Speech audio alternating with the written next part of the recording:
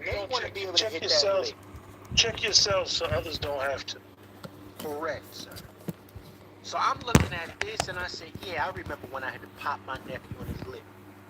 I popped him in his lip and I aired him out. Chef, you were abusive, man. No. And when he decided to get a little extra with his mom on the phone, or with his dad on the phone, I sat him down and I ain't feed him for the rest of the night. Yeah. He didn't eat enough. He had nothing to eat the rest of the night. What he ate earlier in the day with me, that's all he had. Oh, Chef, that's abusive. No, it's not. Because when that hunger set in, it hit harder than anything that I can possibly do physically.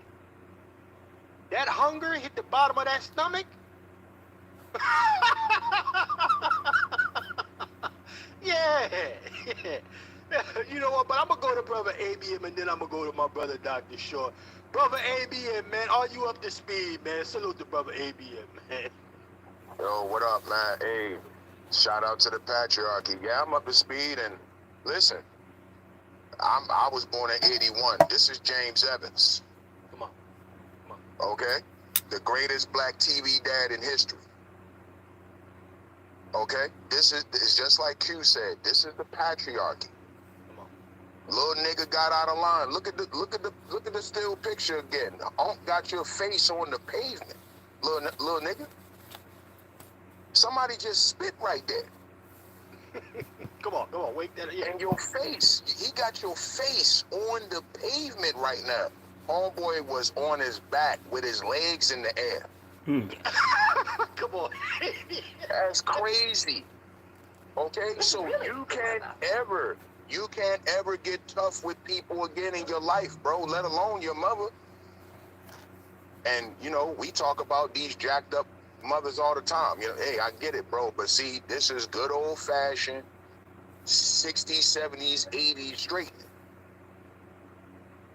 Nah, this ain't toxic. This ain't abusive. This is straightening a little nigga out.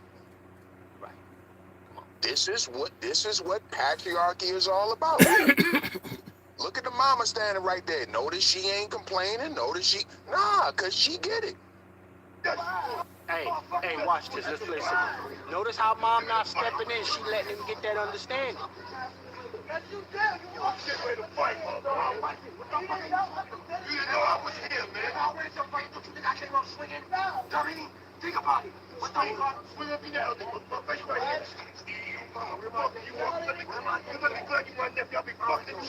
I love it. I love it. Bro, a homeless man took a piss right there the night before. Look at him. Bro, you not built for this, bro. You gonna have to find a better way to channel your anger, bro. We all have bad days. But you ain't built for this. Okay? We need to find out who this brother is. And I'm telling y'all, we need to give him his flowers. We need to have him on the show. We need to tell him we respect him. Like, this is what we're about. I would hit his Cash App if he got a cash.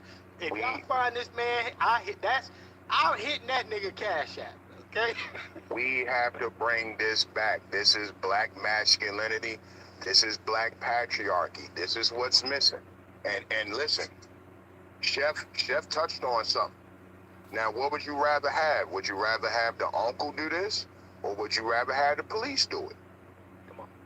See, because the cops ain't gonna take. How many times we hear these stories? Somebody called the cops to their house, cops come kill somebody. You feel me?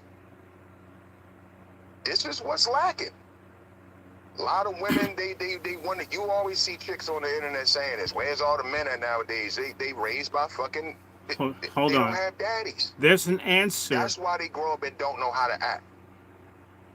And I'm going to say it. Wait a minute. There are a lot of men. The problem is they're not born men. They're imaginary men. We have too many women that think that they're dudes. That's the real problem we have in the community. We have too many she-males. Too many. And by the way, not enough. And then again, A lot of the males are on they're on stand down because they're afraid of the sex cot. You know, when you teach a man his only value is his penis, then that's the one thing he doesn't want to lose is the ability to go into some woman's orifice. Thank God it's a woman, okay? And so if the women say, my children get to burn down the community and you just say nothing about it if you want to get this pussy, then lots of guys aren't going to say anything no matter how they feel. Why? Because the only thing that truly esteems and values me as a man is my dick. And therefore, the pussy veto is why there are no men. It's women's fault in this area. And all you have to do is be in an environment with black youth, and your greatest enemies for trying to have order will be black females. Well, you should use more psychology.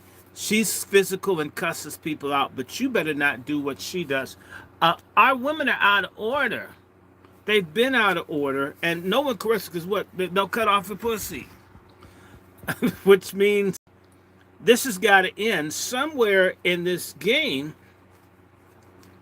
The PWP, people with pussies, are going to have to come to themselves and recognize if we're going to survive as a people, there are going to have to be some rules, some protocol. Okay, you can't be a woman and a man at the same time. You're a freak. But this is the thing I'll tell you.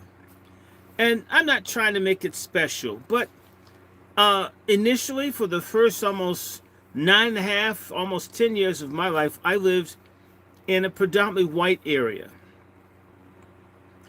I noticed once I moved to the city from the suburbs, all of this masculine behavior, even at an early age among black girls. And it was supported. And in fact, we have a whole generations of black men that are goddess worshipers that encourage machoism among women. It's as if it makes them generous. It's the same thing as the Boule or the Greek letter organizations taking in white people. See how special we are? White people want to join us.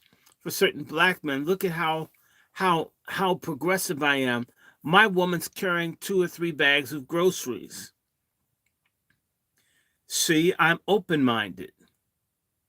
And this ultimately extends over to my child is trans, like Dwayne Wade. You keep seeing this very weird behavior.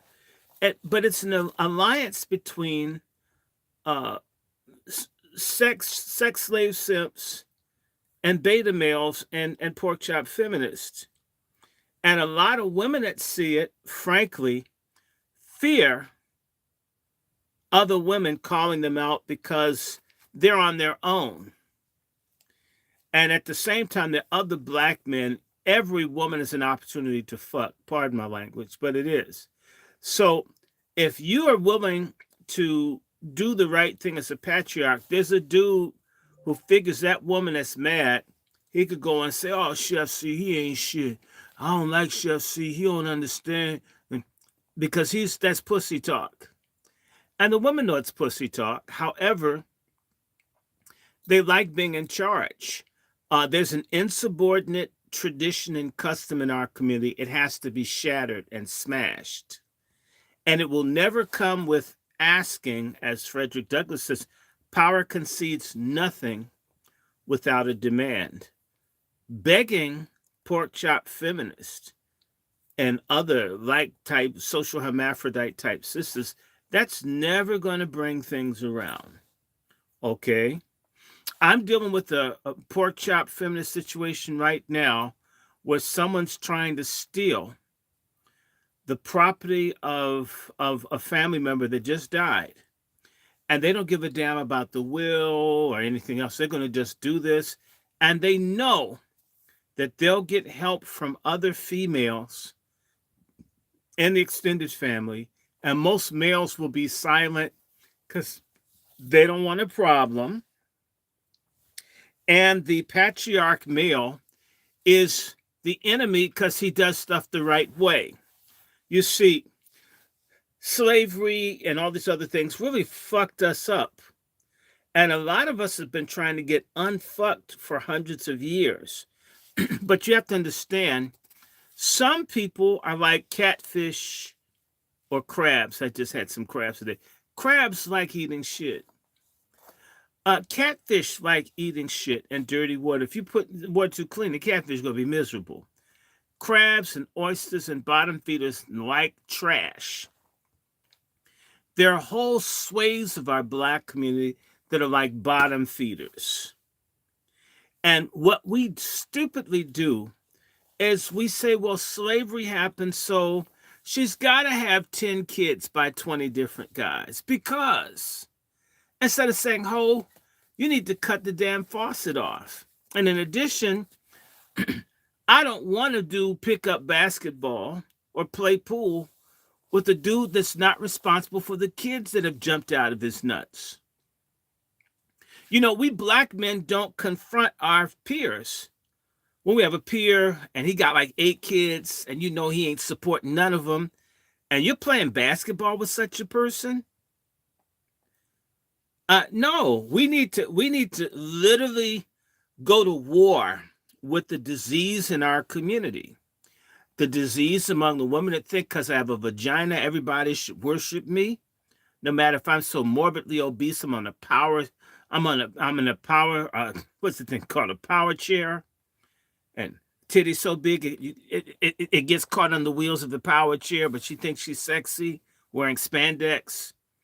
Or the simplified sperm donor who doesn't know how many women he's impregnated, and he feels like, well, social services will take care of it, right? Or the women that embitter their daughters to never want to be wives. Or you fagotize your son. He's so ashamed of how his dad was. He doesn't really know the truth because his dad probably isn't his dad. Bitch is lying. And the dude who is a sucker that's raising another man's fuck trophies always gets denigrated to this dude want to be gay and be a woman because black men are no good. And it never, maybe once he got AIDS, realizes this guy who wasn't my biological father was there for me. He loved me. And my mother had me hating him. See, we got to go after that. We got to have a standard. Having a pussy's not enough. Busting a nut isn't enough. Okay, not how many kids do you have? How many times did you get someone pregnant? How many people have you raised to maturity to be productive people in our community? And not how many children do you have, but how many of them have the same father? How many times were these children born out of wedlock, born in wed when you're married? We don't have these conversations because shit is so fucking corrupt in our community. And there's so many people who are bastards, hoes, sperm donors, baby killers, right? Until when you start talking to a room full of black people, there are a lot of fucked up people with fucked up family systems. And it's been like this for generations.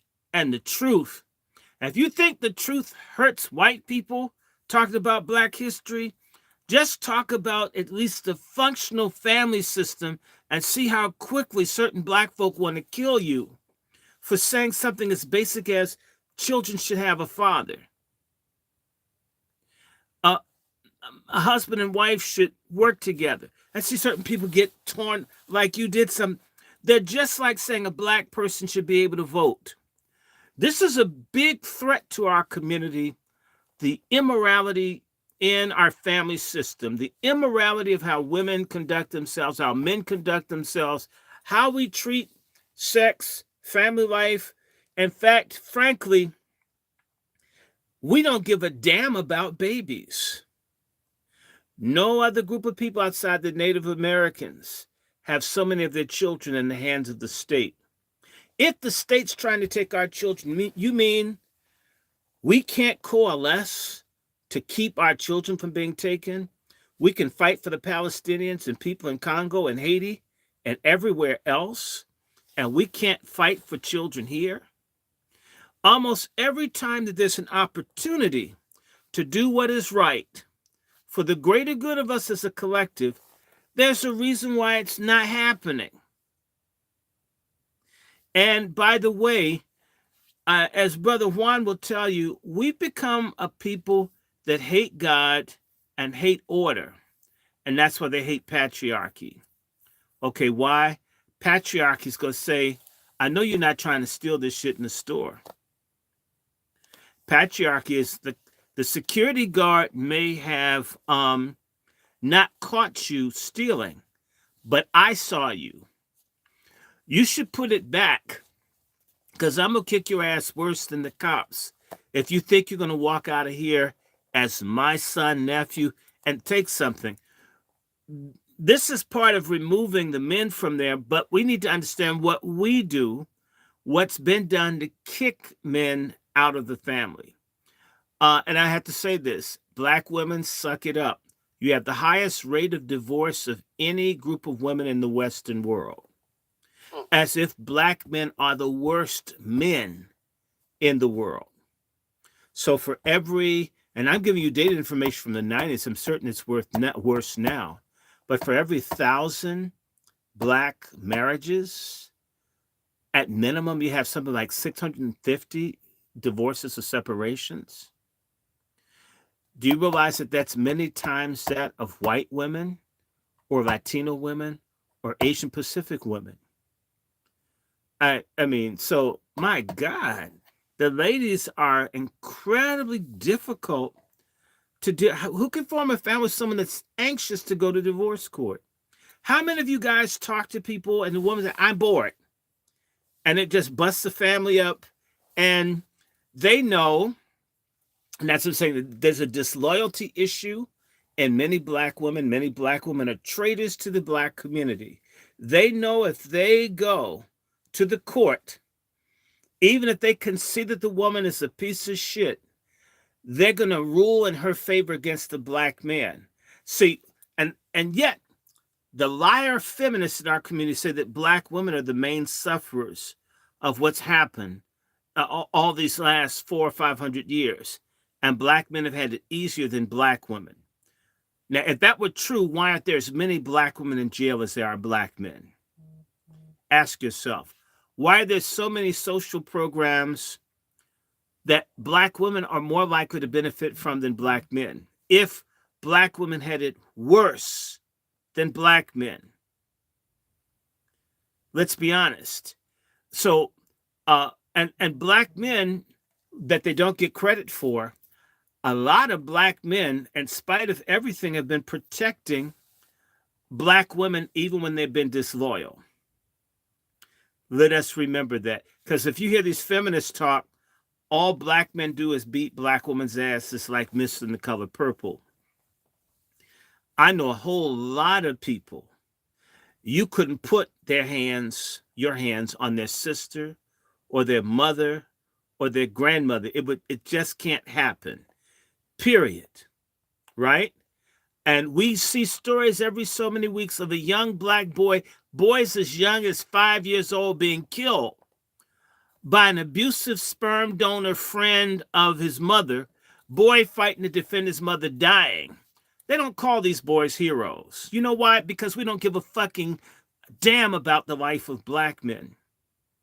The Black men that are fucking these women that have these kids out of wedlock hate the kids opposing the bullshit that they're running. And then the women don't like being held accountable that you exposed your child to death because you want to fuck, drink, and get high. And we're talking about millions of people. So when these boys die protecting their sister, their mother from grown men, we don't have this discussion. No, Black men die every fucking day. The second leading cause of murder for Black men in this country is fighting over a woman. A woman said this dude's on another dude's head. A woman said. And a woman lied. A bunch of them are liars about everything. They're protected just like white men protect white women in the wrong. However, white women talk feminism, they live under patriarchy. Black women, a lot of them will talk about unity and family, and they're feminists. They're worse than the white women. And most black men, I've met them. There are a lot of black men that think they can coexist with feminism. You show me a black man that likes feminism, and I'll show you a person who's a moron. I'll show you a person that's a traitor to his own people. He's weak. He's in denial to how fucked up. In fact, he's weak. And often these guys are the first ones to commit suicide or end up homeless. They can't believe they kissed a woman's ass. They went along with everything they read in Essence magazine and their little bullfrog-looking bitch, Bell Hooks. And the woman still divorced and left them, was cheating with another woman or another man. And they're like, damn, I did everything. Why isn't this shit working? Because it's a fucking lie. Men and women have different roles and different things, and it won't change. Just because slavery, enslavement, this crazy system, made black women more manlike, white people did this on purpose. It's white men that made black women dudes, not black men. Black men had to learn to live with masculinized women because white men are killing us and dealing with us more harshly than black women. Black women have to stop lying to themselves, and black men have to stop lying to get pussy and start being honest. There's a good book by Dr. I think his name is James Horton at George Washington University, and it came out in the 90s. Horton and Horton, him and his wife did a book. One of the things that happened when enslavement ended, the Freedmen's Bureau and a lot of black churches and other groups had to teach black men and women how to be men and women. You can't take for granted or assume that people know what it takes to be a man or a woman. We assume that.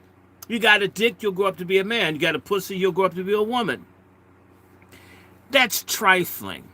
It's shallow. It's the same way we're going to suddenly get good, committed black leadership that's not for sale because there's a need. Oh, we see Obama. He's black. He went to school. He'll be a great leader. Where the hell did that sodomite lead us? We're not in the business of setting order, creating institutions, rules, policies, guidelines under which we live as a people that benefit us. Even when we see models that other people do, it's the same way people copy how we sing and dance and do everything else. Why isn't it, goddammit, that there's nothing that we see other people do other than the food? We might eat some sushi or some hummus or something that's different. Other than food, we don't seem to learn anything in this society about maybe something from the other culture would work for us. I didn't say throw who we are out with the bathwater or to throw it away, but what if we took elements of a Japanese family or another group of people and apply it to us, not that we get rid of what we have that we like, but to get rid of pork chop feminism and faggots, weak ass, pussy begging, brother fucking, backstabbing, pussy mouth bastard type black men who are fucking wreck. And a lot of them are in Greek letter organizations. I said it. Or they go to church and you can't tell TD Jakes got a problem because your wife, it blesses her to watch that creepy dude. I'll stop for a second. Hey, brother Short, I was letting you swerve, sir. Well, I want to make certain. Yeah. I hope Because I'm definitely about to get everybody riled up with this Biden shit here. And, I got all this stuff lined up now. So, yeah, salute to you, man, because you definitely got them nice and tingly right now. Well, no, we're supposed to. We're supposed to. And, all the feminists out there go to hellholes. We're not going away. the voices of the patriarchy are going to get louder and more shrill. I hate feminism. They're lucky. You know, almost, you know, we almost need to do, I wish we could go and just burn up all the Bell Hooks books. Just set all this shit on fire. Let's have a weenie roast. Well, weenie's kind of phallic. Let's just fix something on the grill and burn Bell Hooks. Burn all this shit up because it hasn't helped us.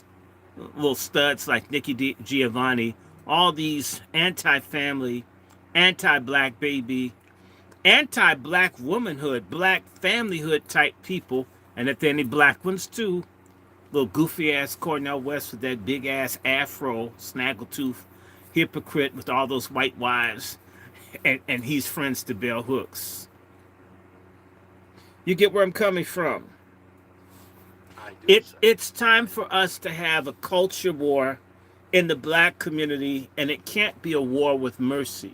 It has to be a war where it's not so much waged with guns, but with brutal honesty. If you got 5 kids by 5 different men, you're a hoe. If you've got 4 kids by 4 different men, you're still a hoe. If you have 3 kids by 3 different men, especially if you weren't married, you're a hoe. If you have 2 kids by 2 different men and you weren't married, you're a hoe. If you have 1 kid by a man that you didn't marry, you might not be a hoe.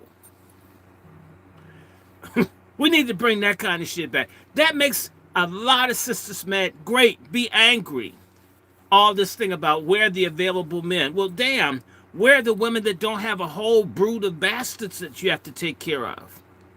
How come you're not coming into the marriage or whatever relationship without all these goddamn attachments? I mean, if you get where I'm coming from, and all the dudes, sorry ass dudes that, man, I just love all the children. Yeah, the same ones that don't like the kids that you had with the first woman, or you hate the kids with the black woman you were with, but you love the half-breed kids with the Asian woman, or the Latino woman, or definitely the white woman. Oh man, this shit is nuts. And call it what it is. So we should be pushing for marriage, for family formation. If you ain't married, you shouldn't have a whole bunch of kids. And it's not that I'm against kids, but children should be the focus. We hate children in our community. Proof of that is our communities aren't safe. All the kids that get hit by stray bullets and shit. I mean, there should be a thing, if you kill a black child, if you get to the prison, you won't last a month. We should have money on the books of people who execute patriarch justice behind bars. You rape a black woman, I'm sorry, the white system can forgive you. We'll get your black ass. You're a pedophile, you molest a kid, we're gonna get you. I don't care what the white man's law says. What about our laws?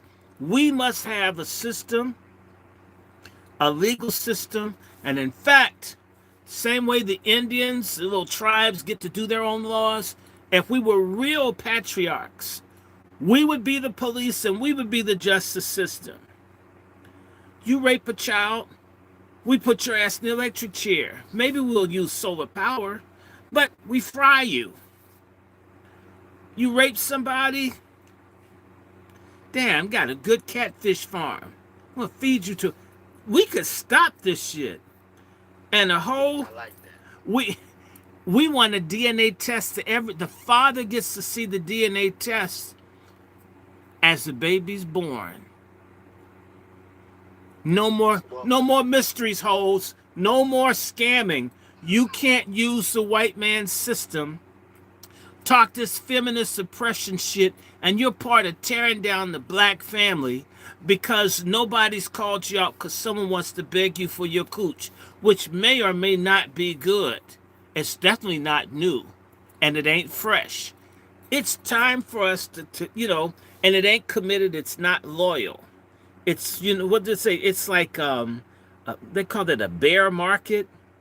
So it's like, well, we'll call it a beaver market. The shit's volatile. It's all over the place. Everybody's had you. And you want a millionaire, you weigh 900 pounds in a homeless shelter with 8 kids, and you're talking about the quality of black men. Shut the fuck up. Well, hold on, brother Doctor. Shout out to brother Dr. Short, goddamn. Shout out to this brother right here. Listen, y'all. We gonna take a small intermission right now. It is at the 1 hour mark. We need to get some more support in here. We need to get our first sponsor. I appreciate you, Sister Star, brother ABM. I appreciate y'all putting on. And I also want to salute a few faces that I saw come up in here, y'all.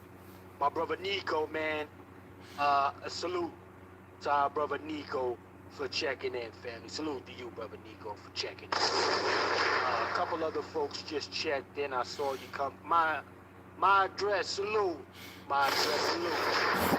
Who else came in here? A couple other folks I just saw came in. My brother Black Learn. There you go, brother Black Learn. If you could check in, man, it'd be great to hear from you, sir. Salute to brother Black. Yes, indeed. Who else came in? I saw somebody else. I just want to put some Munster. What's happening with you? Salute to Munster for checking in.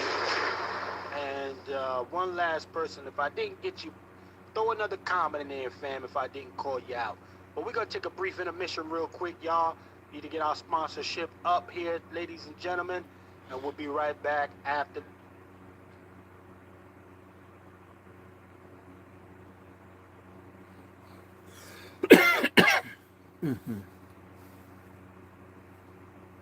Scared to death Negroes are my enemy.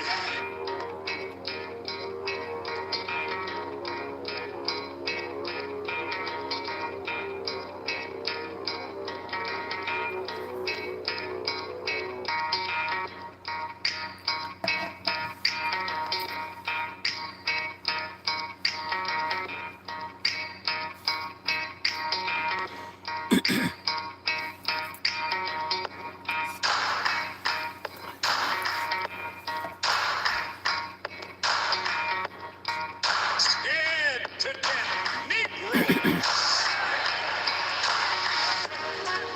are my enemy.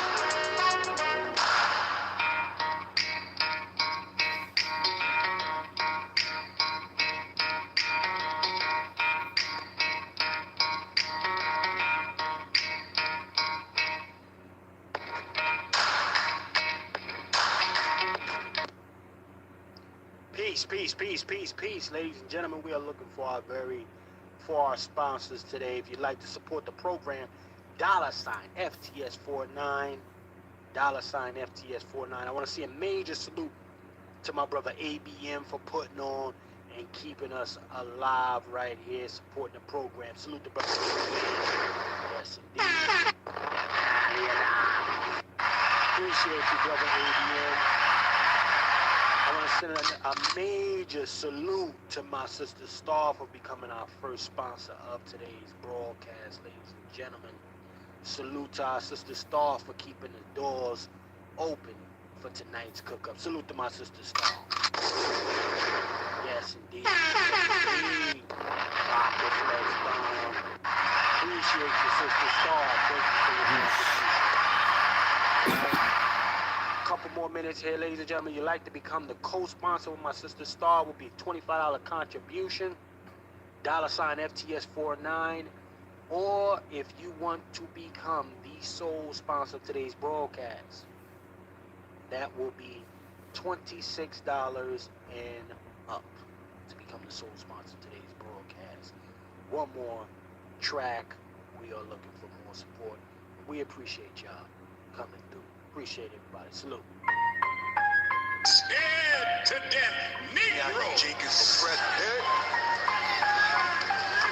are my enemy.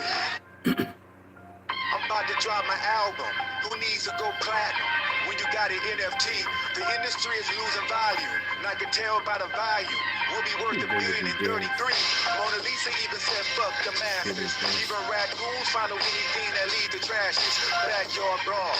Got you scared so nigga pack y'all bras. And try not to slam the back door calls. Ever since I was a little kid, I knew my calling. It was troublesome. I used to walk to school and walking through the streets of the shadow with death. I didn't have any fear. Even though niggas would shoot you through your cashmere, I stood up for my principles and got suspended for fighting by principles and living right like I'm supposed to. Never follow stupid niggas. I was too busy escaping the system I was told to prove to. There is a sacrifice that everybody pay. Whoever got anointed, it be loneliness sometimes.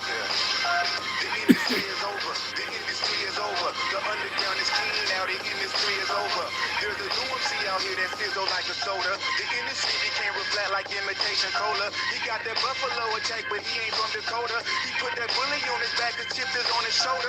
He's like a timberwolf, but nigga not from Minnesota. You spend $1 million to bluff him like you damn broker. Long live the king, long live the king. Reparations on the ballot, let freedom ring. Long live the king, long live the king. Reparations on the ballot, let freedom ring. Long live the king, long live the king. Reparations on the ballot, let freedom ring. Long live the king.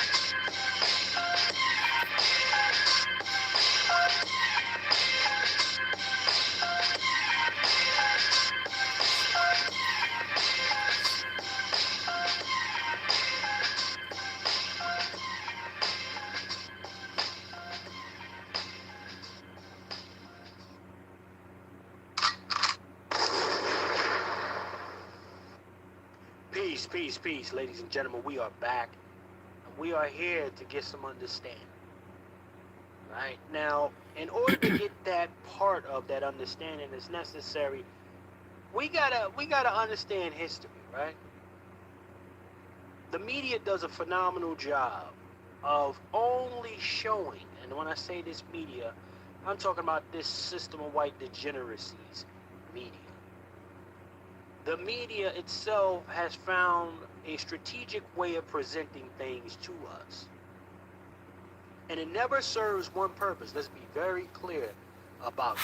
Shout out to Kamala Harris. Let's really be clear about that. It has never served one purpose. There is always a message within the message, ladies and gentlemen.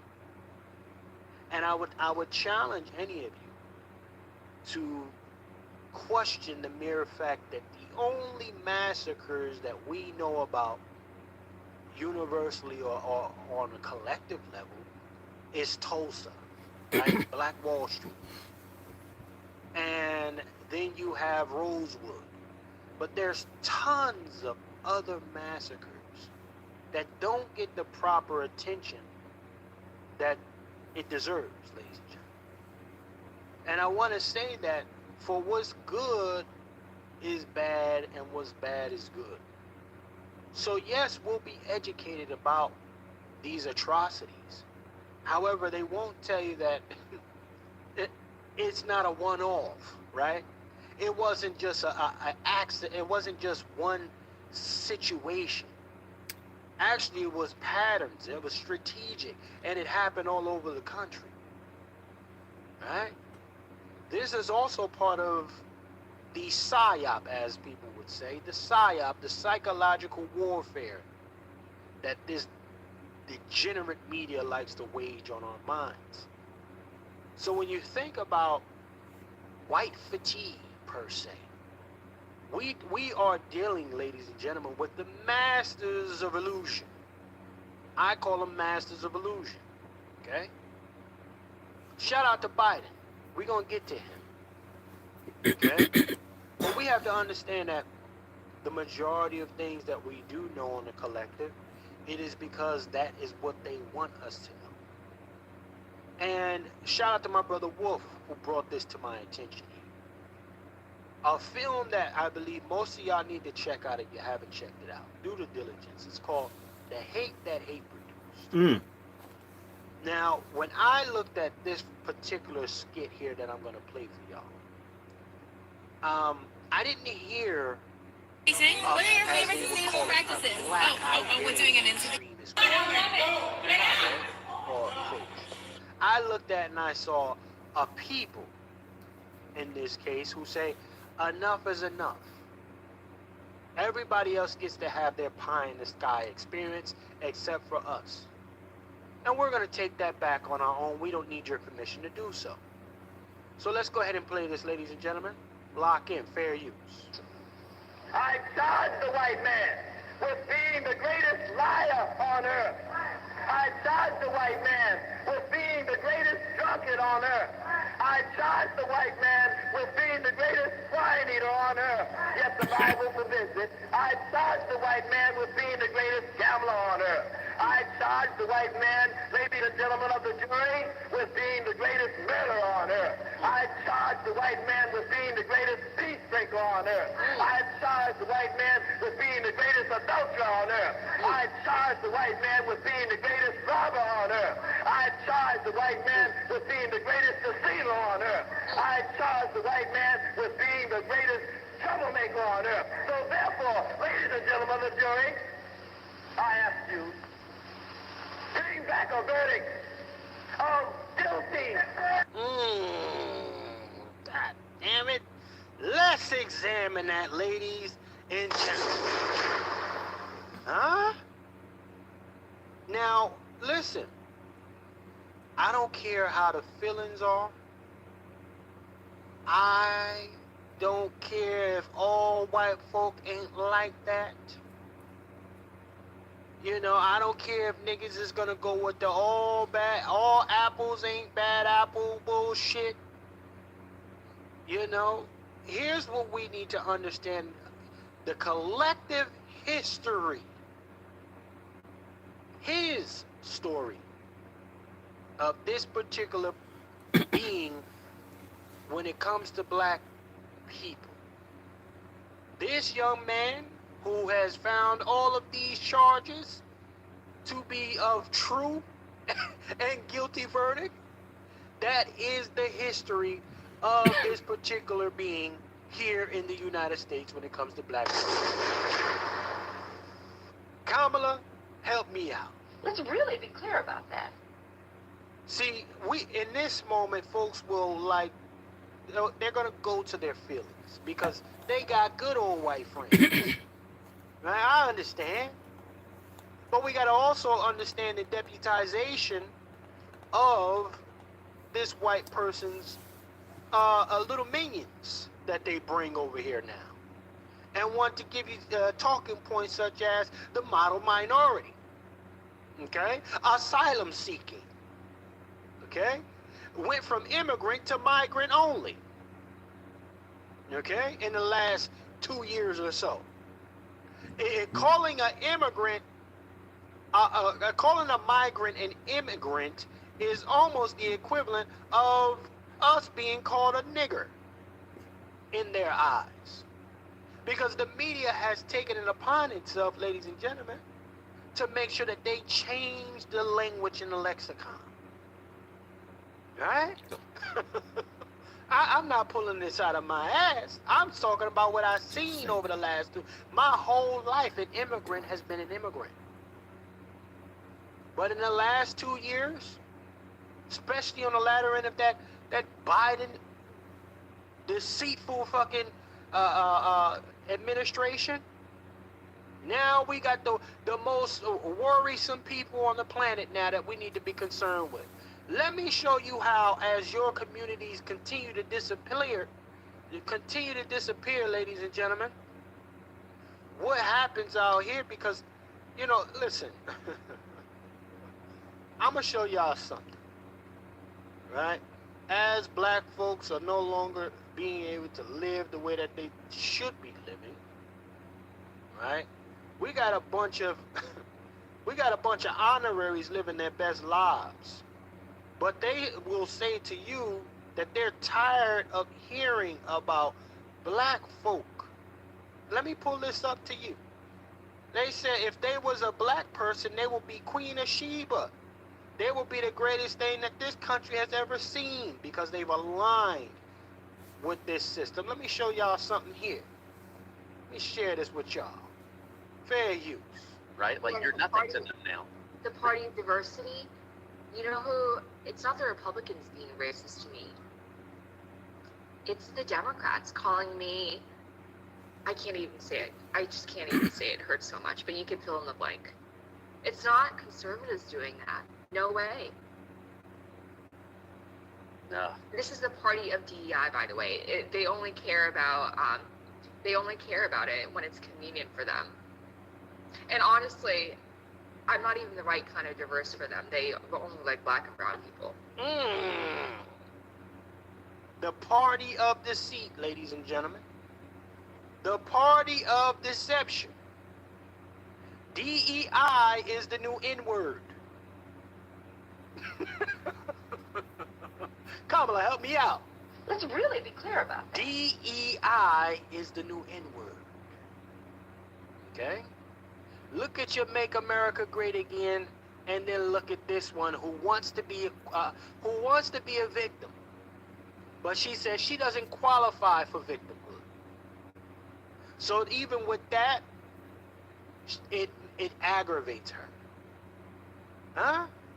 Now this is an American-born Asian right here. This woman. She's been born here, raised here her whole life, ladies and gentlemen. But in order for a system such as this to be successful, they have to deputize, right? They have to lease out the aggression. Okay? Speak through talking heads. That could be ones that look like you or don't. This assignment has to be shopped out. Let me continue. Let's just be honest. Well, they can't benefit from Asian people, and they can't benefit from the Asian story. Like, oh, their divorce rate's really low. Because we work hard and we don't take handouts. We work our asses off. We don't rely on the government. We don't. What's good is bad, and what's bad is good, ladies and Oh, gentlemen. God. Okay? This is coming from your model minority. Let's be clear. Kamala! Let's really be clear about that. This is coming from your model minority, ladies and gentlemen. Right? Let's be clear. Listen, she don't take no handouts, but guess what? I bet you your parents did. Right? Let's hear her little origin story real quick. We do welfare. That's not us. We come here the right way. We don't invade the southern border. My dad went to Harvard Medical School. Now my dad has a real estate investment company that employs hundreds of people. Okay? We created American jobs. We didn't take a handout. We're not parasites. The hate that hate produces. What's good is bad, and what's bad is good, ladies and gentlemen. Now, depending on what side you land on, you're going to hear one side says big government is good. Other side will say government ain't good. And then you'll hear from a young lady who happened to transition. Now grant this lady that y'all hearing it from, she is a new Republican. And when I say new Republican, within the last year and a half, she went from being a Demi to a Republican. Okay? Kamala, help me out. Let's really be clear about that. She went from being a Demi to a Republican in the last year and a half, ladies and gentlemen. She jumped ship. So these same handouts and all of that, she was all for it. It was all good just a year and a half ago. Right? Her daddy built the business that employs thousands of people, hundreds of people, as she said. Where did daddy get that money from? Oh, because he went to school? The American dream? Deception, ladies and gentlemen. See, you're going to hear more, you're going to continue to hear stories about a bunch of immigrants coming here with $150 only to their name, or only $1 to their name, but magically they wind up opening a business. Where'd you get the money from? Where'd you sleep at while you was while you were generating this money? What roof was over your head? Were you all on the street like our people? How'd you do it? You never hear that story, ladies and gentlemen. You're not gonna hear it. Okay? You're not going to hear how a person magically had enough to get a plane ticket to the U.S., right? And turn their dollar to maybe $150 to a multi-million-dollar industry or empire for their family. That's a lot of borrowing. That's a lot of people bringing you in and not charging you a day rate for anything. We're not going to play these games. But again, when we're dealing with deception is how long can you remain behind the very curtain that gives you the cloak to run around and lease out your aggression toward a people.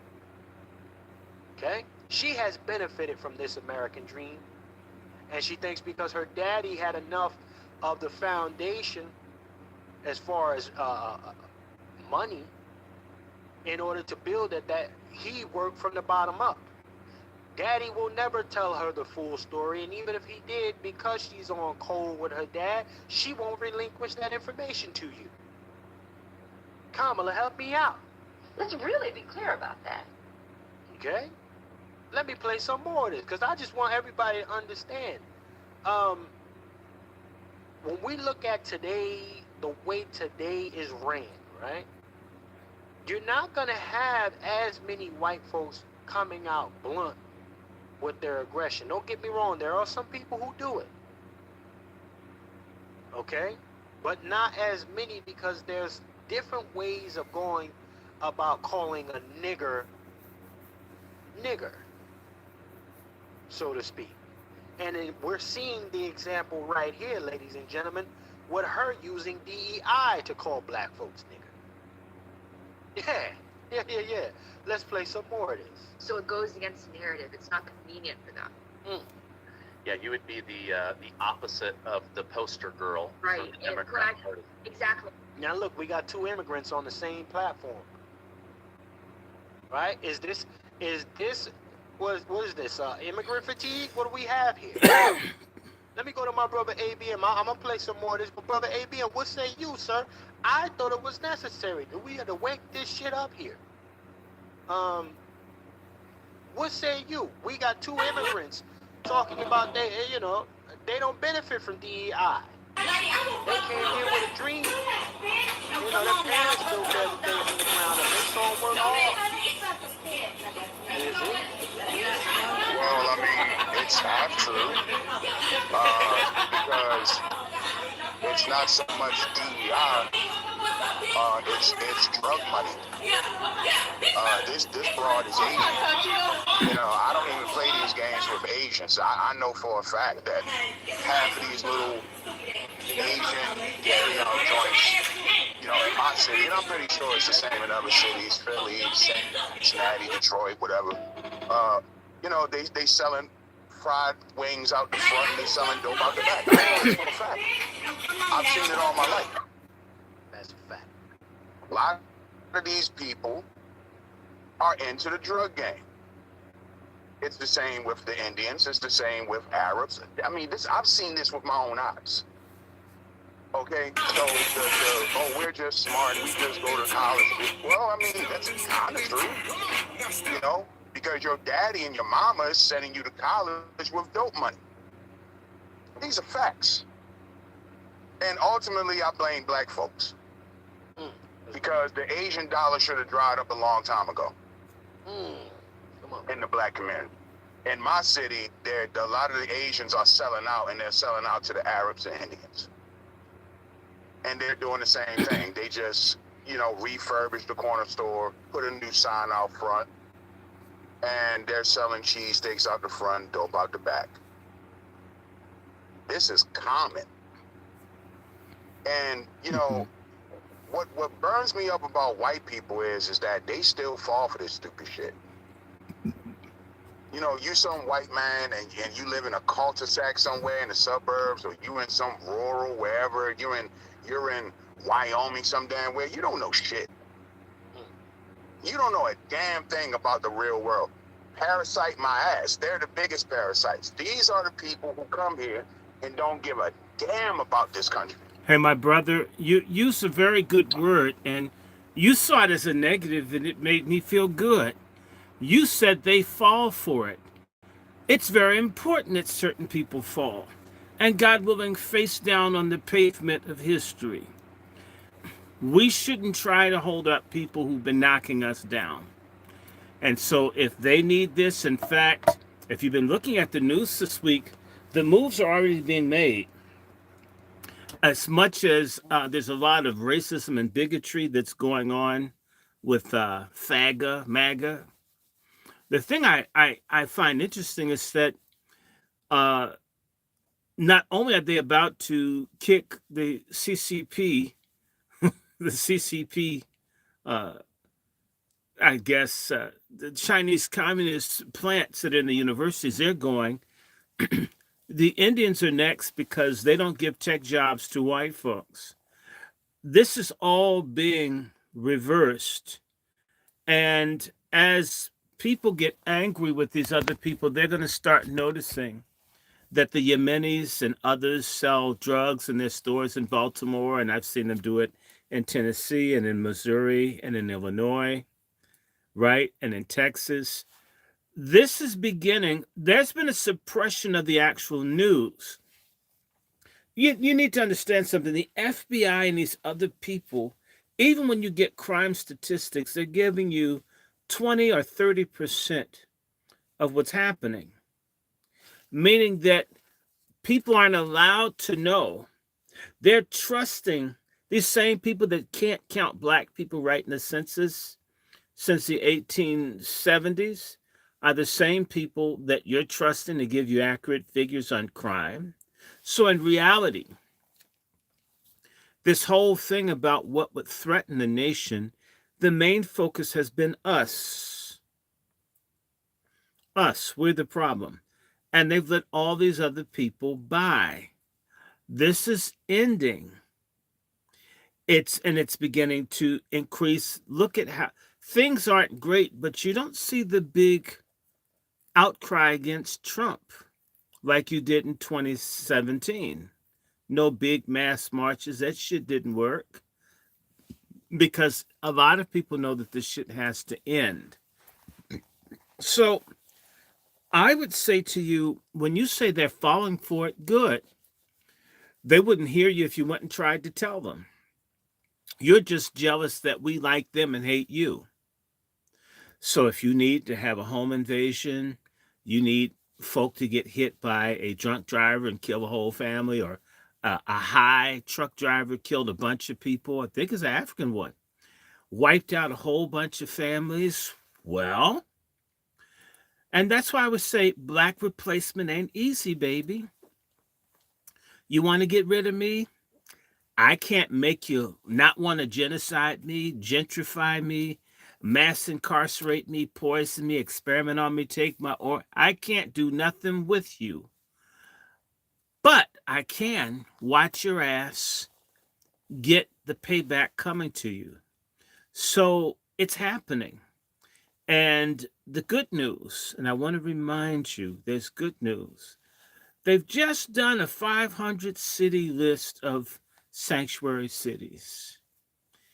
And it looks like the Justice Department and other people are going to start going after all the people that are violating the immigration laws.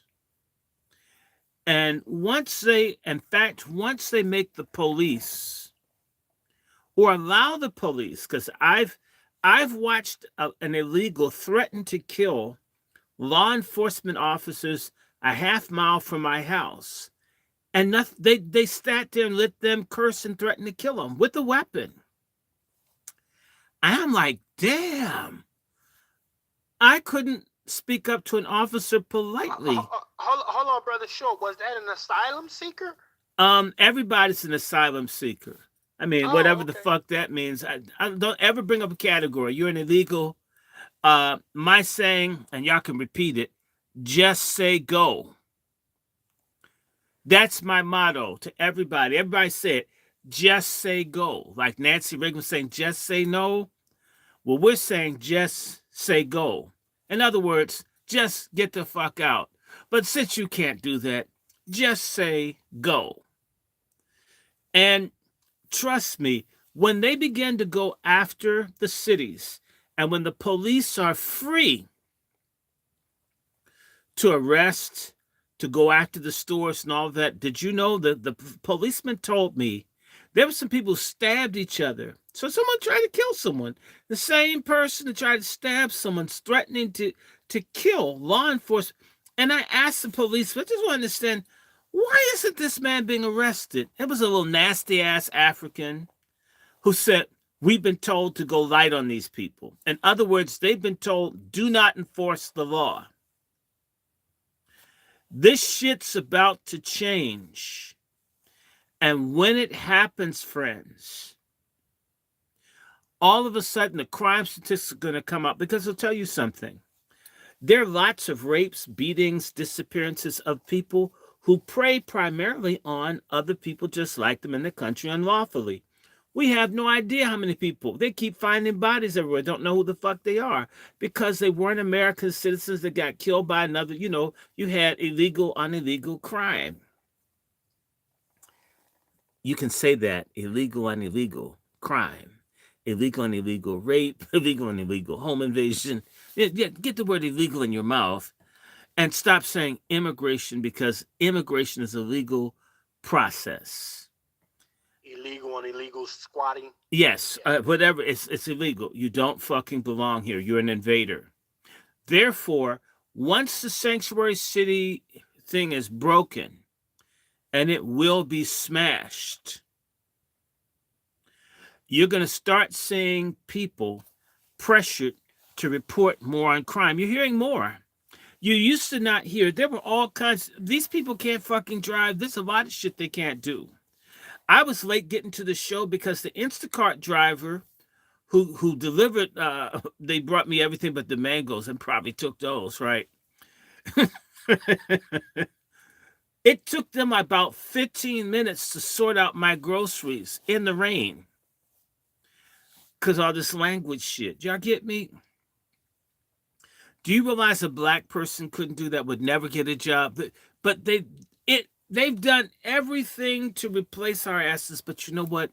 The beauty of white buyer's remorse is that, in the words of our prophet, our great prophet Richard Pryor, they found new niggas and they regret it. And the reason that a lot of people aren't mad is because they don't know. They don't know that there are 40 million missing Social Security numbers.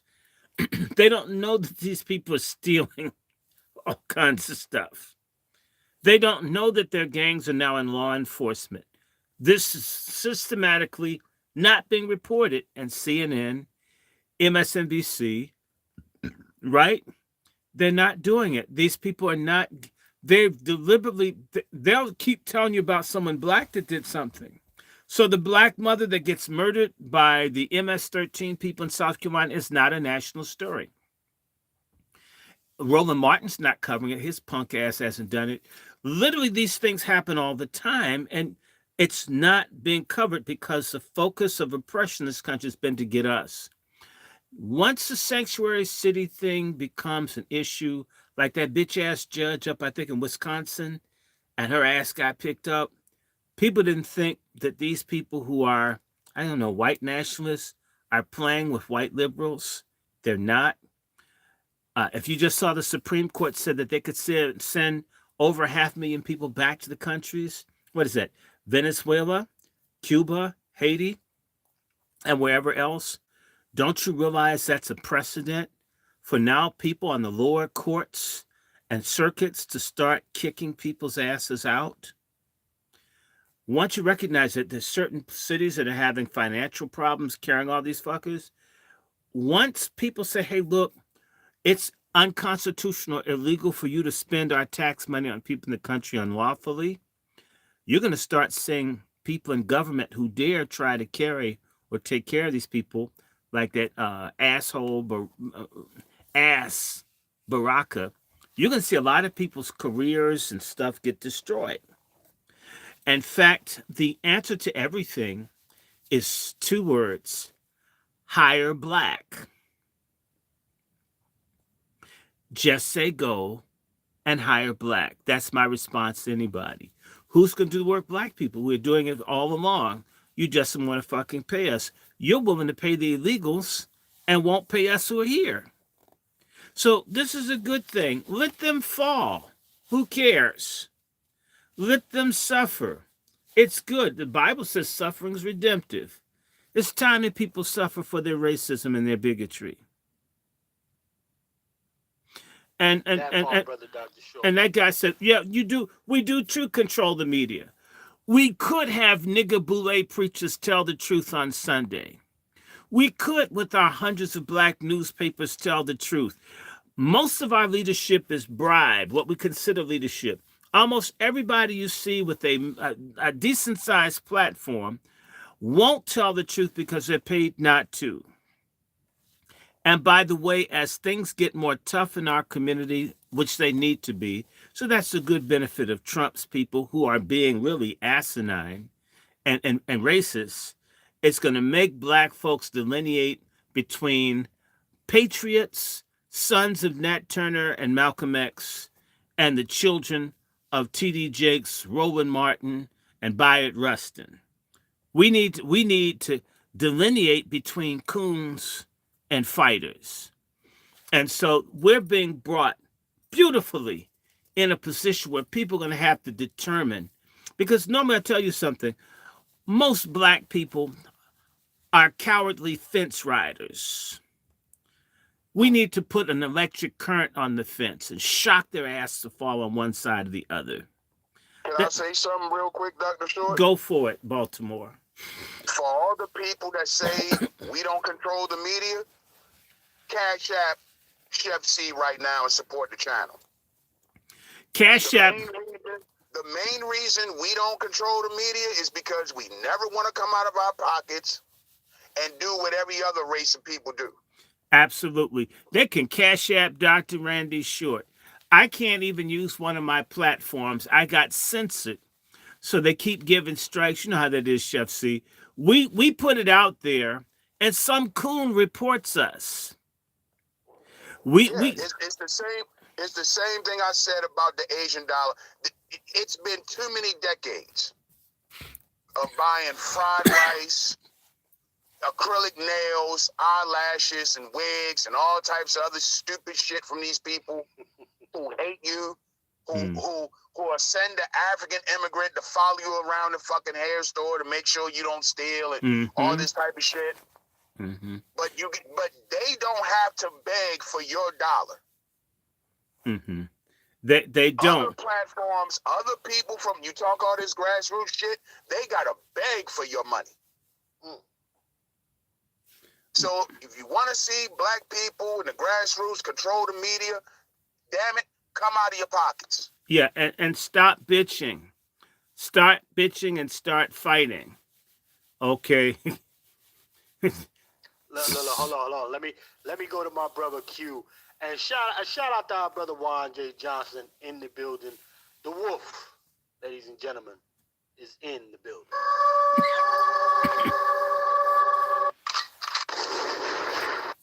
Shout out to our brother Juan J. Johnson that is at a situation right now, but we gonna catch the brother Juan J. Johnson on another side. Listen, you want to support the program, $FTS49, like my brother ABM said. Support the program, $FTS49. Let me go to brother Q. Q, man, listen, sir, white fatigue. It is the, I would say they do more so hire mercenaries than anything. They do more hiring, subleasing their aggression out, man. And you got talking heads like this who step in for them. I mean, it's look at her. She living nice, right? This girl, now let's be clear. For those who don't know this Lindy chick, she's been running a bunch of different campaigns for folks over the years. She's been a part of those circles, ladies and gentlemen. Okay. She knows all the players. All right. Now, I mean, we're hearing some rhetoric from her, But is she saying anything else that we haven't heard in these social media streets from us? No. However, just so happens to be the lady who knows all the people who are moving and shaking. How that happened. Nevertheless, let me go to you, Brother Q. What say you, sir? Brother Q's muted. Let me get Q off the mute. There you go, Brother Q. You can hear me, right? Yes, sir. Loud and clear. Okay. I am very, very familiar with Lindy. Very familiar with her work. She was very instrumental in Vice President Harris's failed campaign. Come on. And she left the Democratic Party right after the election. And she's been, as they say, spilling the beans. Come on. I will say from this conversation, Chef C, I'm not going to take the angle that you guys are taking. I'm going to take the angle that she's getting her Chinese wake-up call. Oh. She's getting the realization that the Democratic Party is full of shit. She's getting the realization that the Democratic Party uses these buzzwords, DEI, minorities, speaking for disenfranchised people, and all those talking points don't lead to tangible results. They lead to these people want to stay in power to get close to elite whiteness. And once she's seen the fallacy in their policies, she got woken up. She got woken up to the realization that that party and what they preach is not really what they practice. They practice to get along to go along game. Now, I'm not saying that the Republican Party is any better, because the Republican Party has a lot of shit with them too. However, where she's coming from and what she's been about and what she's been exposing the last year about the Democratic Party, their campaign, President Biden, and that's the last segment I know you're going to get to. She been blowing the lid on it since the election.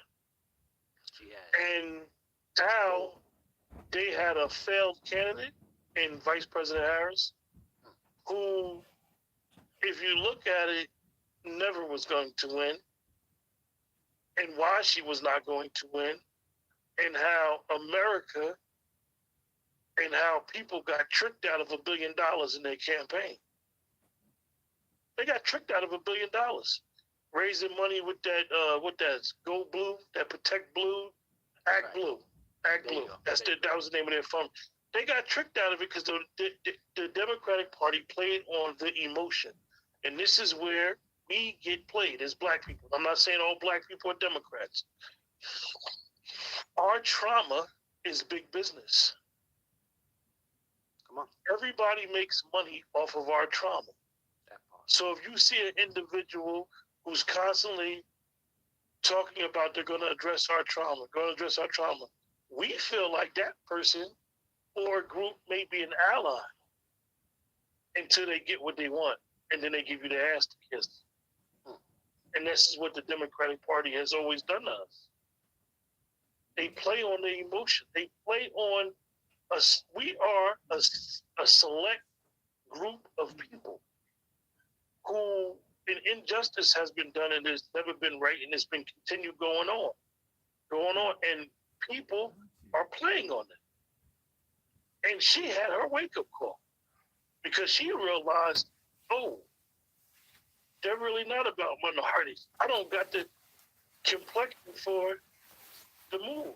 I'm not part of the grift. I'm not going to get a job. I'm not going to get elevated in the Democratic Party. And this is what happens. This is. She got her Chinese wake-up call. As Paul Mooney said, "Get your nigga wake-up call." Everybody want to be a nigga till it's time to be a nigga. Come on. That's what she just got. My brother, I've been following this Chinese bitch for months. Let's talk about what really happened. If you watch her, she's really panhandling for white dick. And it should be kind of easy because she looks like a boy. But I guess they're too feminine. They're a little more macho. She could pull off being a tranny, a lady boy. But, doesn't always work out. When you watch her, she's just crying to be an Asian babe that's abused by some white dude. I've seen this shit in the university. White Asian women that want to fuck white men. Tila tequila. Let's just get real with this. Let me tell you something. Back in 2007, I got invited to come to the University of Maryland to speak to some Chinese students from the Republic of Taiwan, right? And I don't know, we're supposed to talk about race, whatever. And I understood these people are playing with me. I said, well, shit, I like playing too. So I said to them, I know what you've heard about us. And I put up the N-word and all the other kind of stuff. Then I says, but let's talk about what we know about you. And I put up gook, chink, slant, all this other kind of stuff. Oh, shit. Come on. And said, that you guys have small dicks, blah, blah, blah, blah, blah. You're dope dealers. I said, no. And I start putting the little images up, and these motherfuckers start getting upset. I said, but you know what? And someone says that's in the past. I said, you know what? It really is in the past. But let me ask you Chinese guys. Have you gotten any attention from any of the Asian American women since you've been here at University Park, University of Maryland, College Park? Do Asian women look you in the face? Do you think you have a chance of getting some sex or even a relationship out of any Asian American woman that you've met since you've been here? They all drop their heads. And I says, what color of men do the Asian women go with when they're not black? Since we're such bad people, okay, I'm going to just make us zeros. And they says they only like white men. They don't like us. I says, okay, now we're going to go back to the bad black people. Do you feel like black people are out to get you, to hurt you, to harm you? And they all says no. Actually, if you smile at a black person, they'll smile back. If you speak to, they're the only people that really treat them like humans. It says, yet you hate us. And yet we've been taught to hate you. But your own Asians, if you were to stay here, would you want to live in this country? And do you think you could get married in this country? And they says, let's be honest, you'd have to mail order a woman because none of them would take you. They want white men. And if they're really out there, they want a black dude because black hits the spot. I said, but let's get off of sex. That's not really fair. That's not fair for me to talk to y'all, about sex. Okay. How did you guys feel when the Korean dude killed all the white people at Virginia Tech and the room got deadly silent? And then they all said, we felt like the white people wanted to kill us all. Says, anybody black bother you? They all said, no. The black people seemed to feel for what we were going through. It says, again, the bad, no good, criminal black people are the only folks acting human.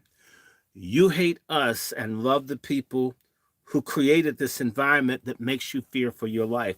Do you realize how sick you are in the head, young people? And they started saying, yeah, we were told, don't give black people a chance. It's kind of frustrating because they act okay, but we can't have them. And the Asians won't have us. The whites won't have us. I don't want to be in this country. By the time I got through, I had no idea when this was being filmed that there were some white people monitoring the discussion. When the session was over, I was supposed to be invited back. Instead, I got banned from coming to the campus to speak. I know that's why. And all the Asian kids said, please come back. You're the first person to be honest. And and I don't like these white people. It's just like, it was wild. See, the ones who've been here a long time have decided that they're going to be white, even if it means, in fact, most of them marry white people to escape because they have acute self-hatred. In fact, they're called bananas, yellow on the outside, white on the inside. Among the people who have pride, they despise these people.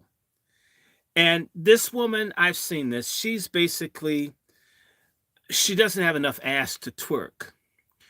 She's trying to get a white man. She's like, I'm the good, loyal Asian woman that just loves America. I work hard.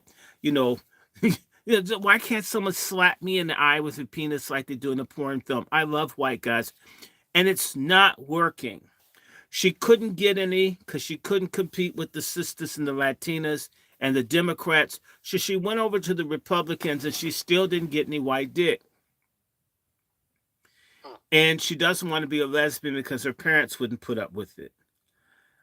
So on top of that, she thought these Asians, the America that most Asians live in is since 1970. They didn't come up with Chi Chinaman. They didn't come up with Susie Wong and Fu Manchu and all the shit I grew up with, born in 65.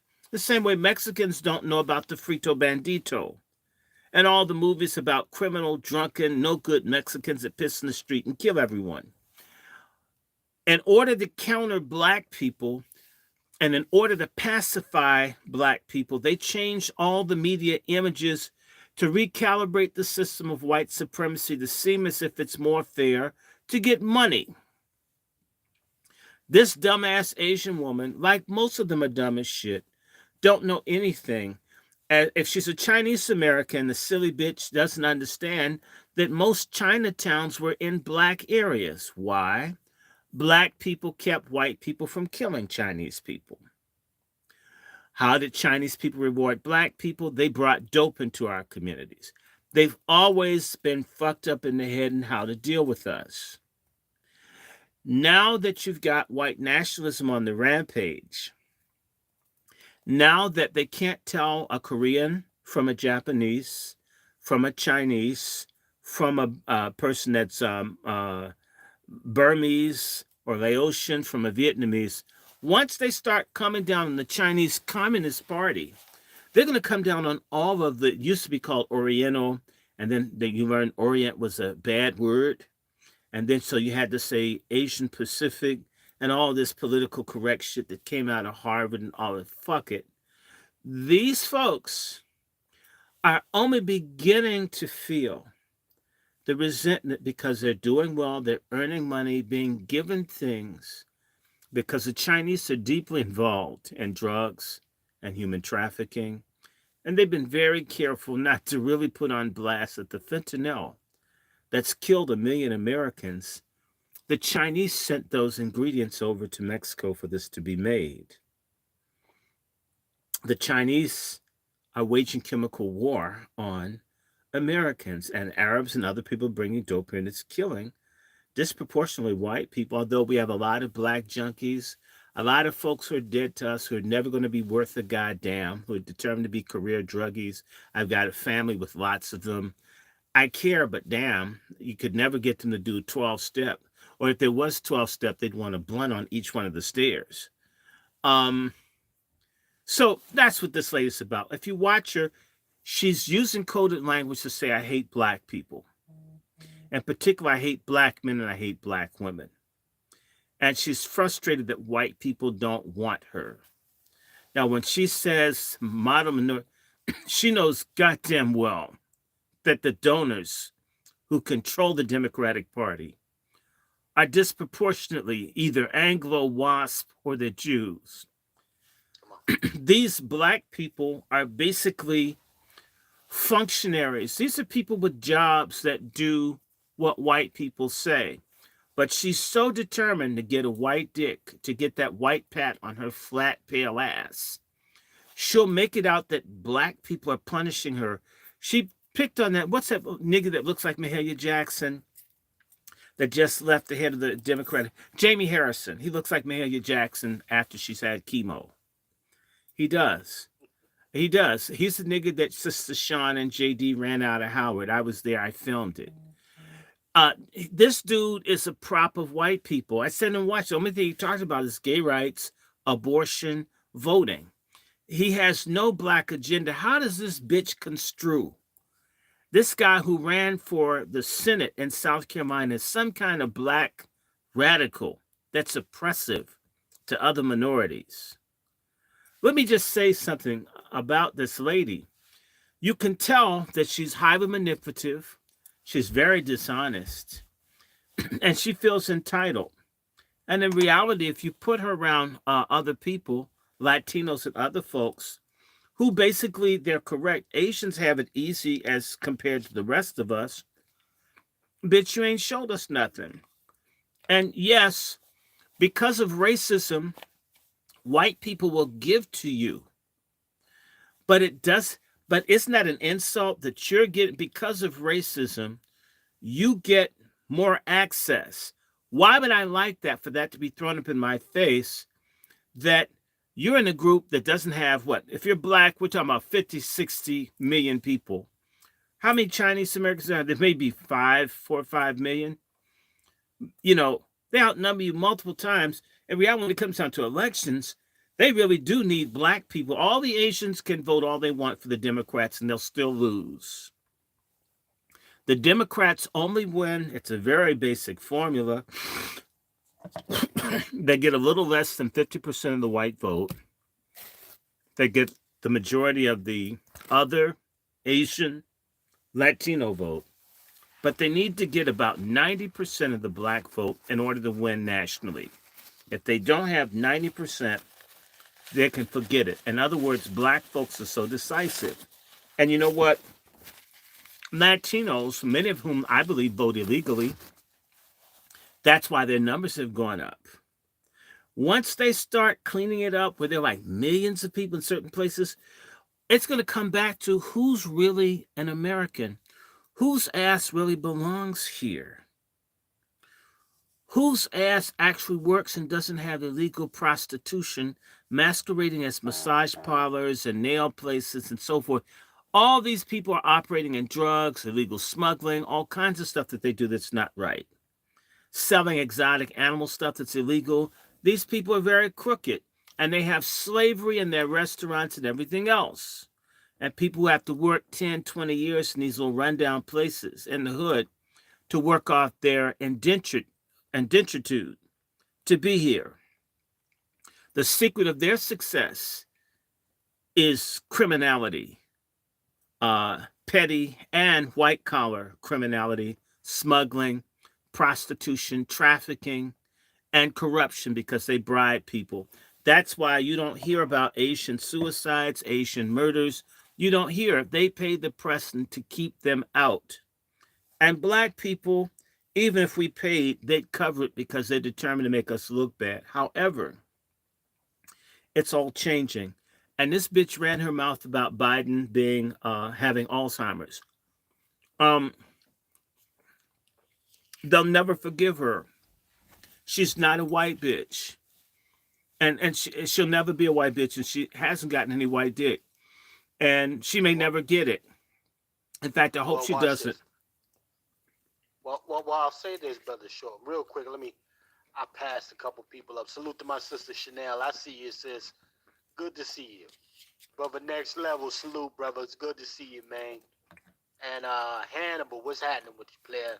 Salute to Hannibal. I had missed a few people, but I just want to say this here. Let me spin some more of this. Let me get everybody nice and aggravated by the minority. When I complained about affirmative action because it discriminates against white and Asians, they call me a racist. This was like years ago. I was like, how is this fair? I got a 2390 on my SATs and I got waitlisted by Harvard. WTF? If I were a Native American, actually I love Native Americans, but like, sorry, I don't mean to pick on like Native Americans, but sure she honestly, does. if I were black and I had a 2390 score, I would have been Pope by now. Yeah, and you would want. Look at that, huh? The hate produced. Yeah. That's how you lease out that aggression. You put it through your model minorities. That's how you do it. That's how you do it. I respect it. I respect it because I know I like to have an understanding of the enemy. I know. Not this this one that's been pissing on me, telling me it's raining. I like it head up, balls. Someone of that intelligence to be in a leadership position, you know. When I got, Harvard, the kingdom of woke.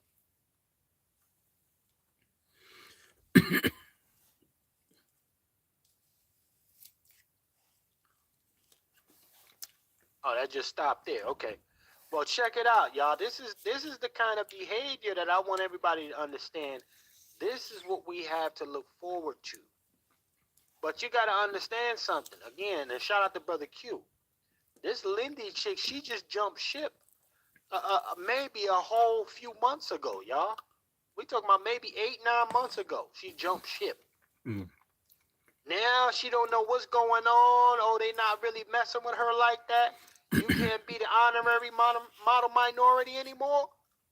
Get the hell out of here. We supposed to feel sorry for you, man. I'm not gonna play these games with. Yeah. Trying to get chose. Shout out to Brother ABM. Yeah, she trying to get chose. One of them zesty liberals never chose up on her. And she's mad about it. She's, you understand? One of the liberals never chose up on her over there, and she's mad that she didn't get selected. That's all that is. But your back right? too flat. Your back is way too flat. Now. The party of And diversity. everybody not trying to deal with that. You gotta have something to touch. Even for the zesties on that side. You got to have something. But I want to bring up this clip here because you know what? Here's another agenda coming out of this white media. You know, they said, listen, what's the longest thing that's been going around right here? Look at this. This is the prime example right here. This is the prime example right here. That a trans is a woman. Listen, what they call it? Affirming all this other fuckery. They said that the trans is a full-blown woman. Then in order to drive through this bullshit agenda, they started talking about assigned female at birth, assigned male at birth. Well, this person, because they're so confused about who they are, they're going on killing sprees. This trans right here killed this young man right here. I believe he was only a postal worker. Okay? Let me see this. Hold on real quick.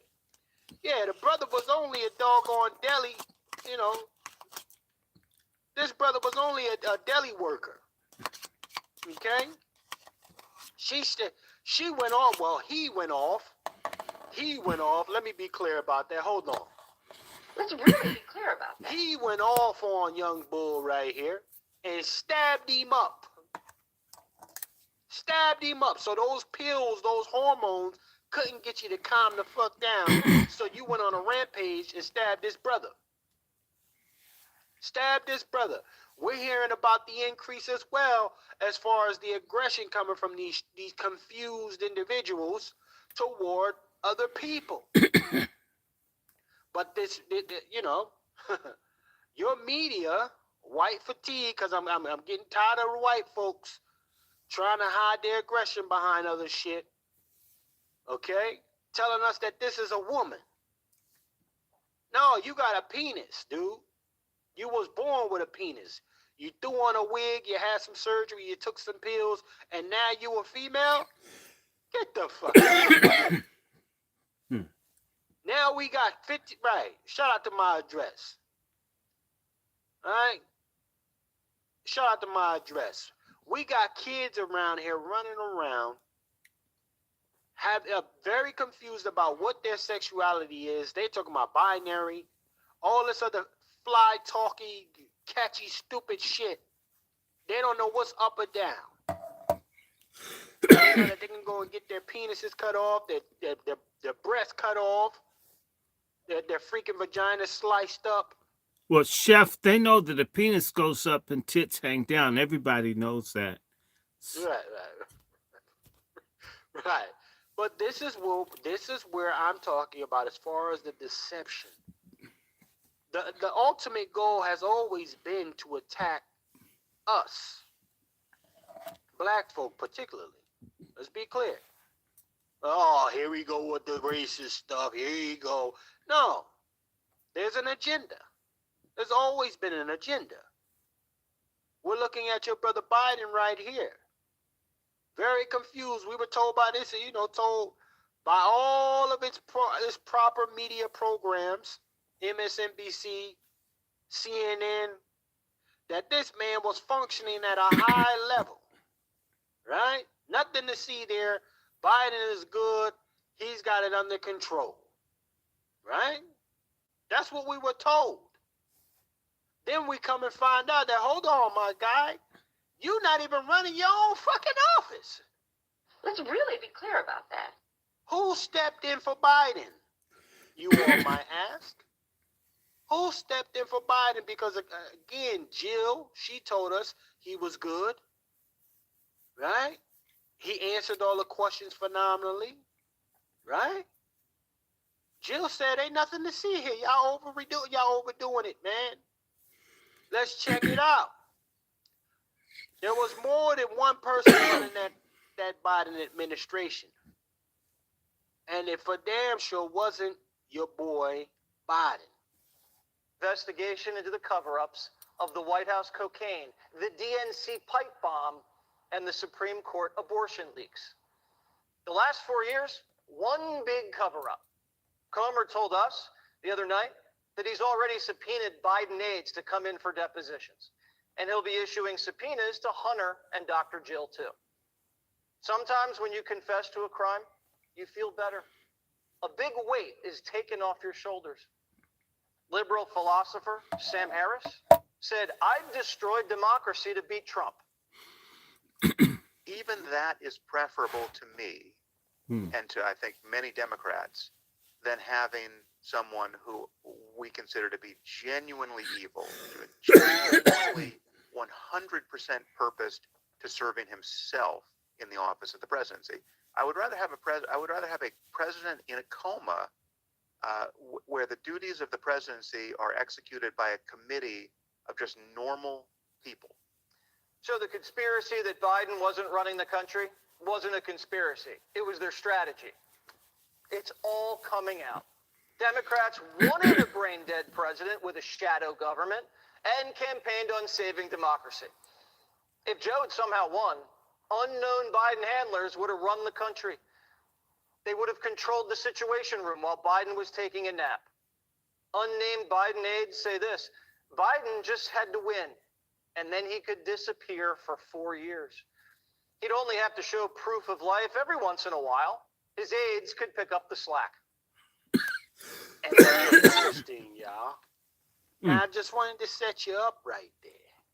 His aides can pick up the situation, right? But we were told that Biden, this is what we were told, while decisions to send billions and billions of dollars to Ukraine were made, right? While gender-affirming surgeries were passed through, and even some of them found a way to run the jokes because the military, if they enrolled into the military, they didn't have to pay for the transformation, ladies and gentlemen. Okay? Look. This is all under the Biden administration. All of it is under Biden's administration, ladies and gentlemen. Okay? But we're told that he was running the country. That's what we were told. Okay? Let me bring up something here to make it make sense for y'all. Let me make it make sense, because we're gonna bring this shit home now. We're gonna bring this all the way home. Enough playing around with folks. Okay? Let's bring it all the way home. Biden administration. In Washington, quiet. Hold on, y'all. Fair use. Let me show you something. Thank you. At least suspected predicted all along and what America lived through for 4 long years. That under the Biden regime, the so-called commander-in-chief was nothing more than a placeholder, a brand, a husk, and the real power not in the Oval Office, but behind the curtains. And according to some insiders, it was with Jill Biden's chief of staff, Anthony Bernal.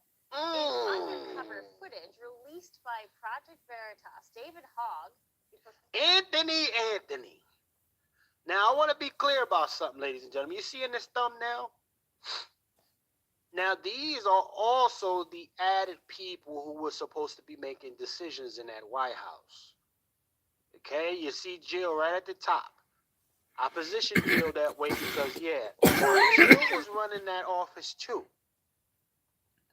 Jill pushed through a lot of those bills, y'all, while Biden was tripping up Air Force One going into the cockpit. All right? While Biden was sliding across the floor after he just had a speech, Jill was making some shit happen. I just want everybody to understand this. Let's keep on playing, though, y'all. I ain't gonna mess with you. I'm gonna bring you up to speed. Biden was nowhere to be found for the last, at least the last 3 of that 4-year administration.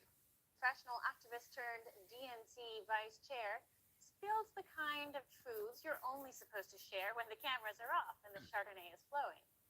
According to Hogg, Anthony Bernal didn't just help manage the First Lady's office, he ran the entire White House. Nice to meet you. Yeah.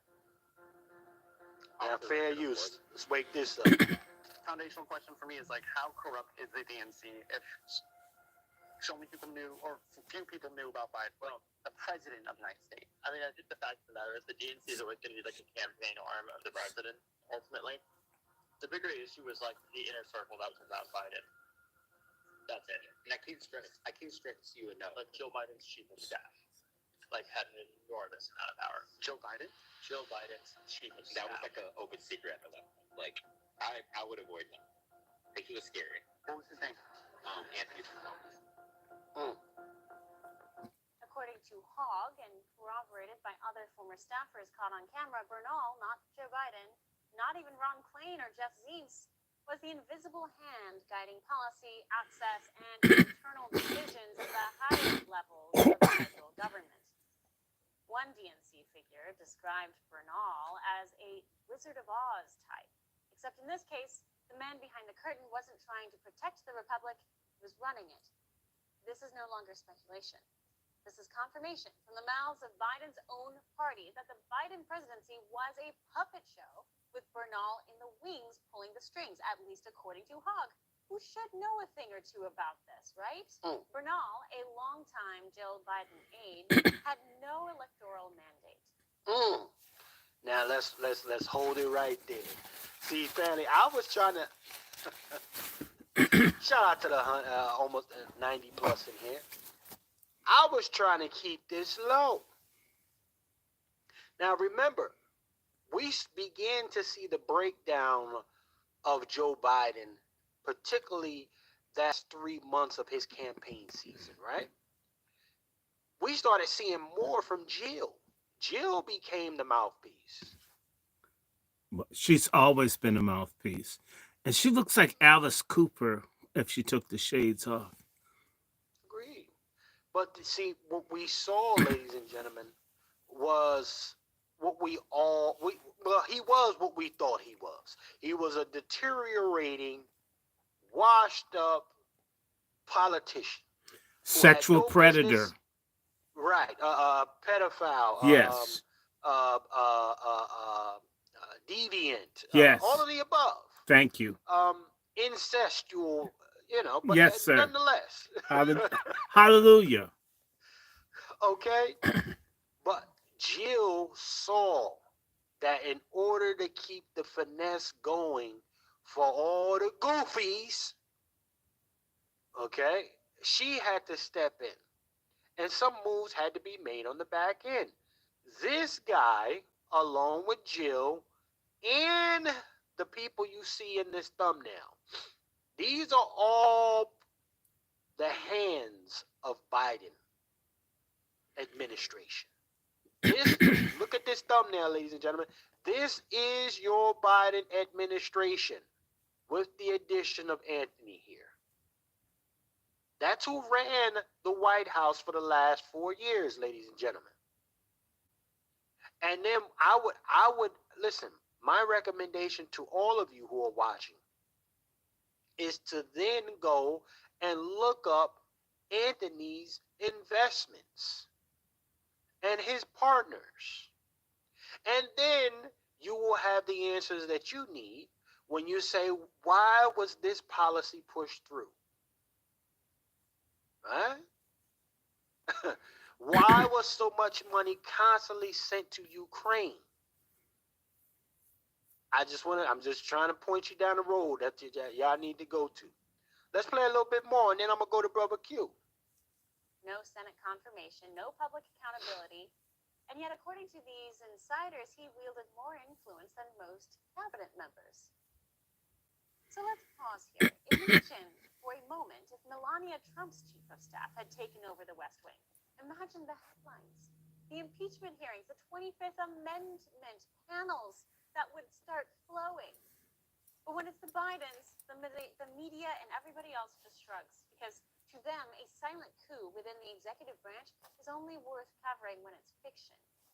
We get all of that. And this is why I say the master of deception.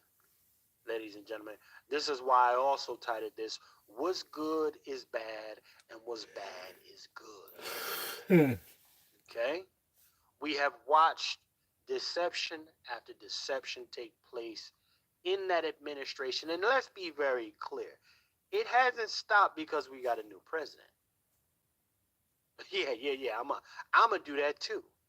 Don't get it twisted. Okay? We're talking about the same bird, just two different wings. Let me go to Brother Q. Sir, Brother Q, I mean, listen. Clearly Biden wasn't running that White House falling downstairs, upstairs, and on the stage. There's been 3 different types of ways that Biden has tripped. So you're telling me that this guy was running the office? What say you, sir? Oh, it's funny because this is a remix of 40 years ago when Ronald Reagan, like the Sister Star said, when Nancy was basically running the White House. So you would think that something like this wouldn't be able to happen again, but it comes a point, like you said, Chef C, that people have to do the research. People have to understand what was being said prior to him and even becoming the president, and how they was basically using Ukraine as a way of funneling money, him and Hunter, and having the chief of staff and having an investment in the funneling of money, funds, arms in Ukraine. Come on. And you know, I'm at the point when it comes to stuff like this, I'm not saying that the American people don't care, but obviously, if they don't think it's important enough to stand up, to hold these people accountable, I'm not going to do it. Because the bottom line is people were told. People were told that this man was the way he was. People that have been around, someone on this panel, DrRandyShort, been talking about it. And we just forgot that this man did all this stuff while he was in the Senate. He did all this crime, all this hatred towards black folk, and then they just thought that he changed. He matured, as they would say. No, the boule got bribed. Traitor black people got paid to lie to us and to deceive. I mean, the people who told the truth, it's the same thing with Ofaga. We've got an element of the black community. They are traitors. They are worthy of death for what they're doing to us. And until somebody gets popped upside the head with a tomato or an egg, or someone's car gets a tire hole punched in it, and for people to say, we're going to get you bastards for doing this to us, we're going to get you. Until that happens, until black folks say, we're going to get physical with traitors, and the other side is offering money for them to destroy us, they're going to follow the money. And we shouldn't have to buy people. As I said, there's got to be fixed punishment for people who would do this to us must pay for it. And I'm serious. I mean, look, people can say what they want.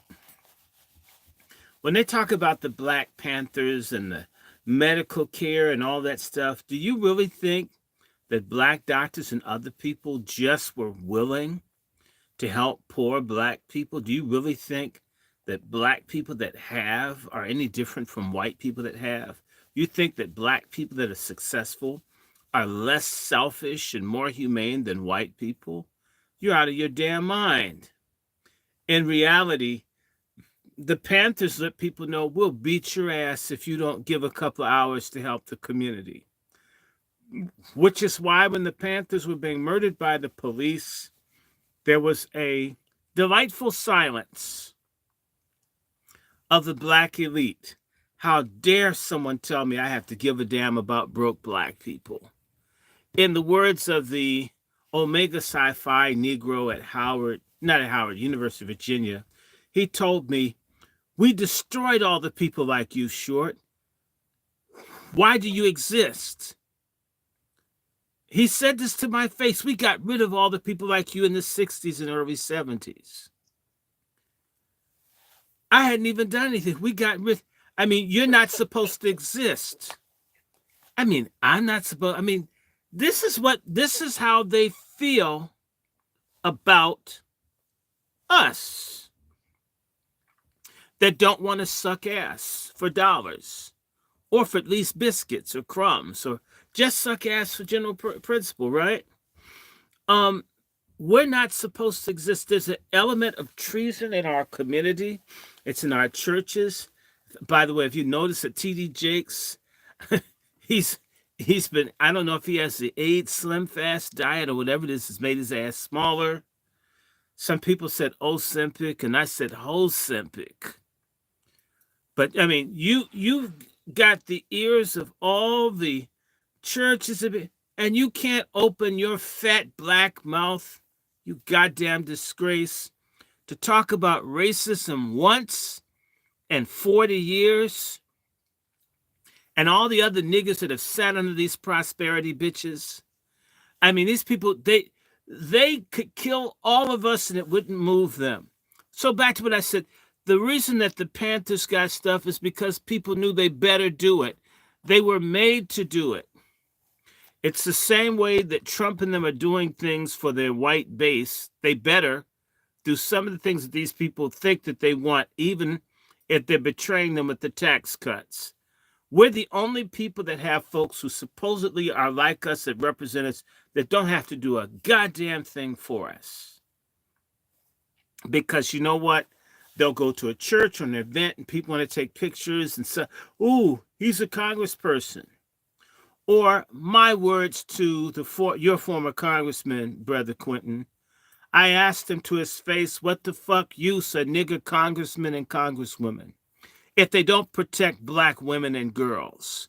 Sir, that's a quote, April 5th, 2011, to the face of the congressman. They don't see people like me. Either people want a job, they want to hook up, they want something. We don't have anybody willing, like Brother Wolf, to wage war on people who or confront them. There's an element in particular, too many Black men are like this, where it's just go along to get along. I don't follow politics. I just want everything to be. No. Folk are at war with us. They've been at war with us since the Pope put those bulls together in the 1450s. There's not a goddamn thing I could do about the war waged on me other than to fight back and resist. And until we show our traitors, we'll get your Black asses first. May not be able to go after the billionaire, may not be able to get Elon Musk, but we could sure make a fool out of Ras Baraka.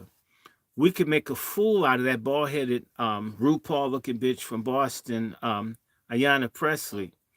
We could deal with some of these people. We could run their asses. In fact, a lot of people leave office when people really can't stand them. The reason that Black folks stay forever is the older they get, we have this twisted thing of thinking The older people get, the nicer they get. Biden was the same racist when he couldn't remember his own fucking name as when he was passing the legislation to fight busing and to mass incarcerate black people. Black folks feel like the passage of time makes everything better. That's like saying if you have cancer up your ass and you don't do anything, 20 years later, it's going to go away. It's stupid ass logic. You got to make it go away or accept the fact you have a big lump in your ass and you're going to be constipated. You're going to die. We have not said it costs to betray us.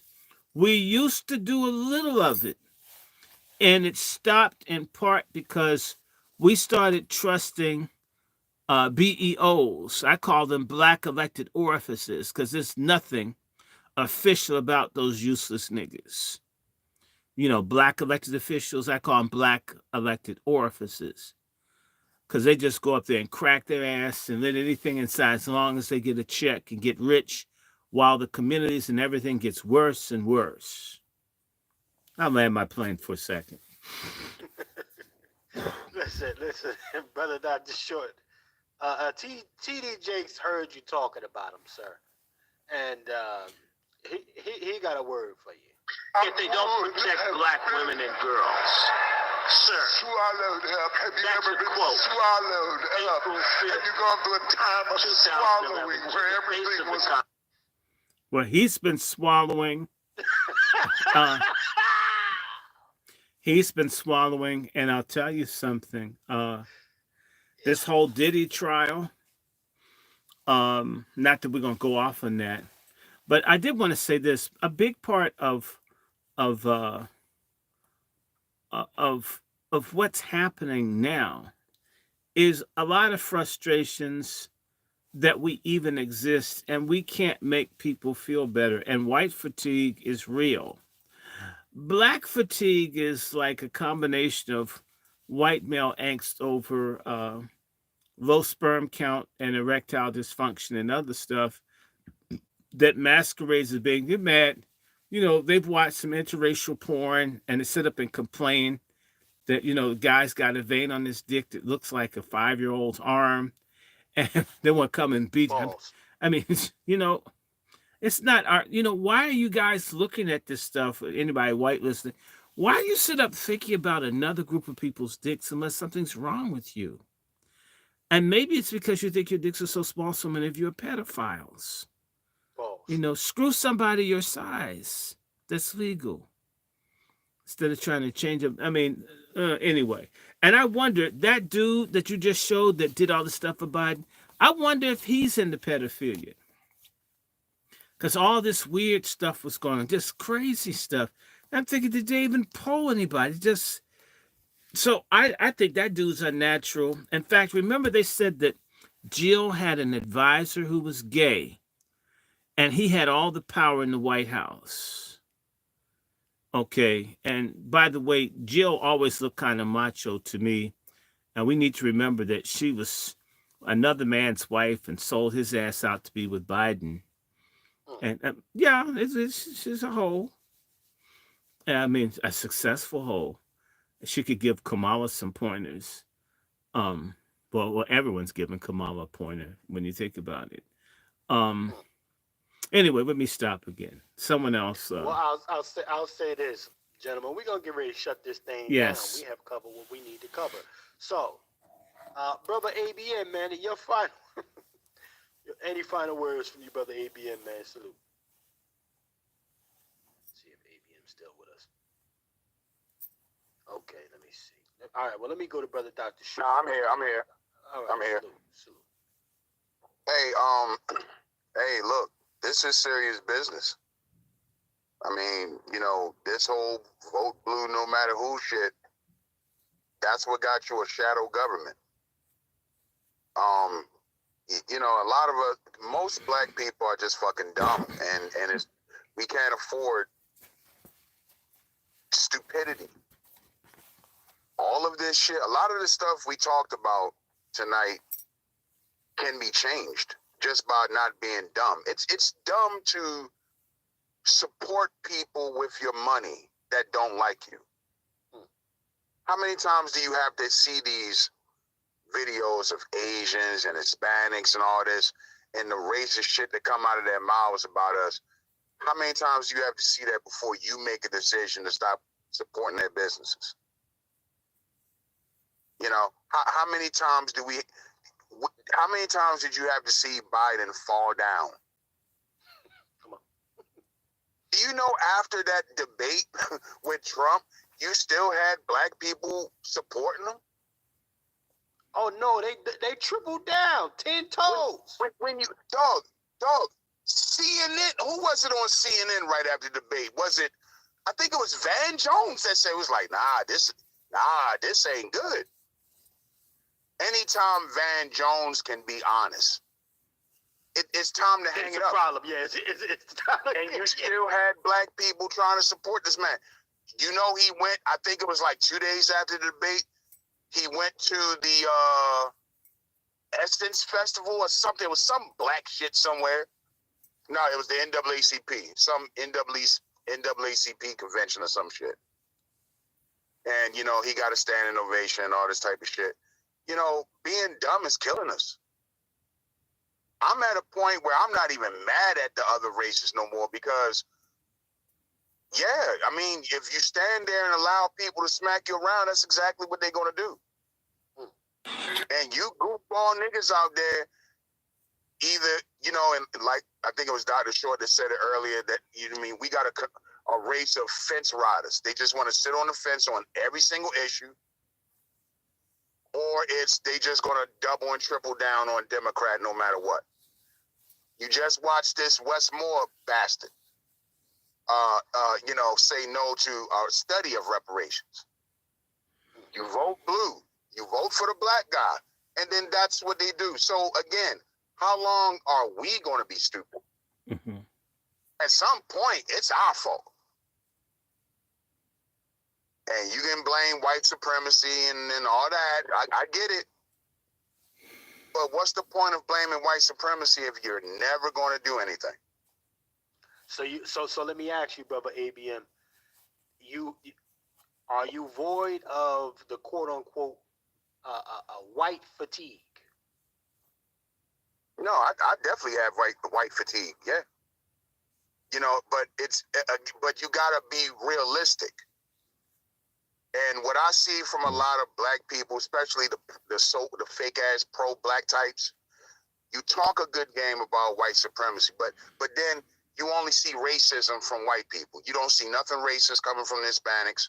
Nothing racist ever comes from Arabs. All these other people who's racist, you somehow don't see that. So that's bullshit. And it just goes back to the fence straddling.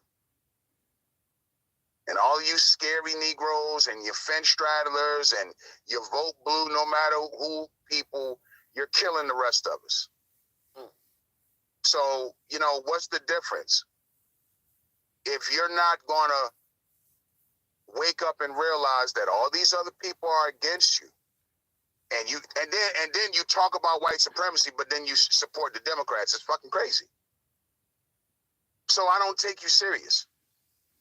And, you know, sooner or later, we're gonna have to come up with a solution to that problem of black people always on the damn fence about everything, never want to get proactive, never want to use your damn brains. And I'll land right there. Thank you. Man, salute to my nigga AB. This nigga ABN don't be care about nothing. Salute to our brother ABN, man. He not playing with y'all, man. Hey. You know, listen, and you know what? I understand the brother ABM's position. I get it, and part of me strongly agrees. I have to say that because again, it is becoming very difficult, very very difficult to point the blame. However, my fatigue is still real. My white fatigue is real. And it's exhausting, quite frankly. I'm gonna read this we have here in this thing by my brother LWF. Carcasses will be stepped hold on. Carcasses will be stepped over when you have voted blue 90% of the time against your own business. Now that's a fact. You're volunteering a caucus at that rate. So let me go to brother Dr. Short. Brother Dr. Short, sir. Your final thoughts here, and I also would like to have an understanding. Do you have any? If there was white fatigue, do you have any, sir? I was born with it. It's congenital. Excellent, sir. Elaborate, Well, sir. just I can't recall not being sick of this stuff. And so always. You don't believe me? While my mother's alive, call and ask her. I didn't like the obstetrician that they had. We hated each other. Before I could walk or talk, you could feel the hate coming off the man. I don't know how black people accept so much. I mean, it's almost disgusting how much hate and abuse we get all the time. Even when I was a kid, and I don't hate people, but there were certain days I didn't play with my friends that were white. I had days where I just didn't want to be bothered with white folks after school. Right? I'll see you maybe 2 days from now. I look. I'm not trying to make this a racial thing. I'm always straight with people, right? That depending on how you classify me, what I'm like, what a quarter white or fifth white, whatever. Not that that means that much to me. So I don't have this thing, oh, white's bad, but how you treat me. And most folks aren't taught to respect, to treat people fairly. I've been tired of this all along. And I've actually given things a chance and so forth. I'm not interested in doing it now. So someone sent me an email the other day. They wanted to talk to me, and I'm thinking, I don't have the energy to do one-on-one with someone white that doesn't get it at this age. You're never going to get it. Okay? And so when they talk about white fatigue, imagine the nerve of someone out. I don't want to do one-on-one with you. You want to know something about black people? It's called a fucking library. Go to one. Read. You can find shit on the internet. Isn't it interesting? White person can have one bad experience with and just hate all black people forever, teach to their kids for generations. And yet black people can have a trillion experiences that are negative with white people. And we're told to keep staying open and keep forgiving, and fuck that. No. I want a divorce. If you like Tina Turner walking out on Ike, then like us walking out on white racism. Okay, you go someplace, I'll go mine. I think that's fair.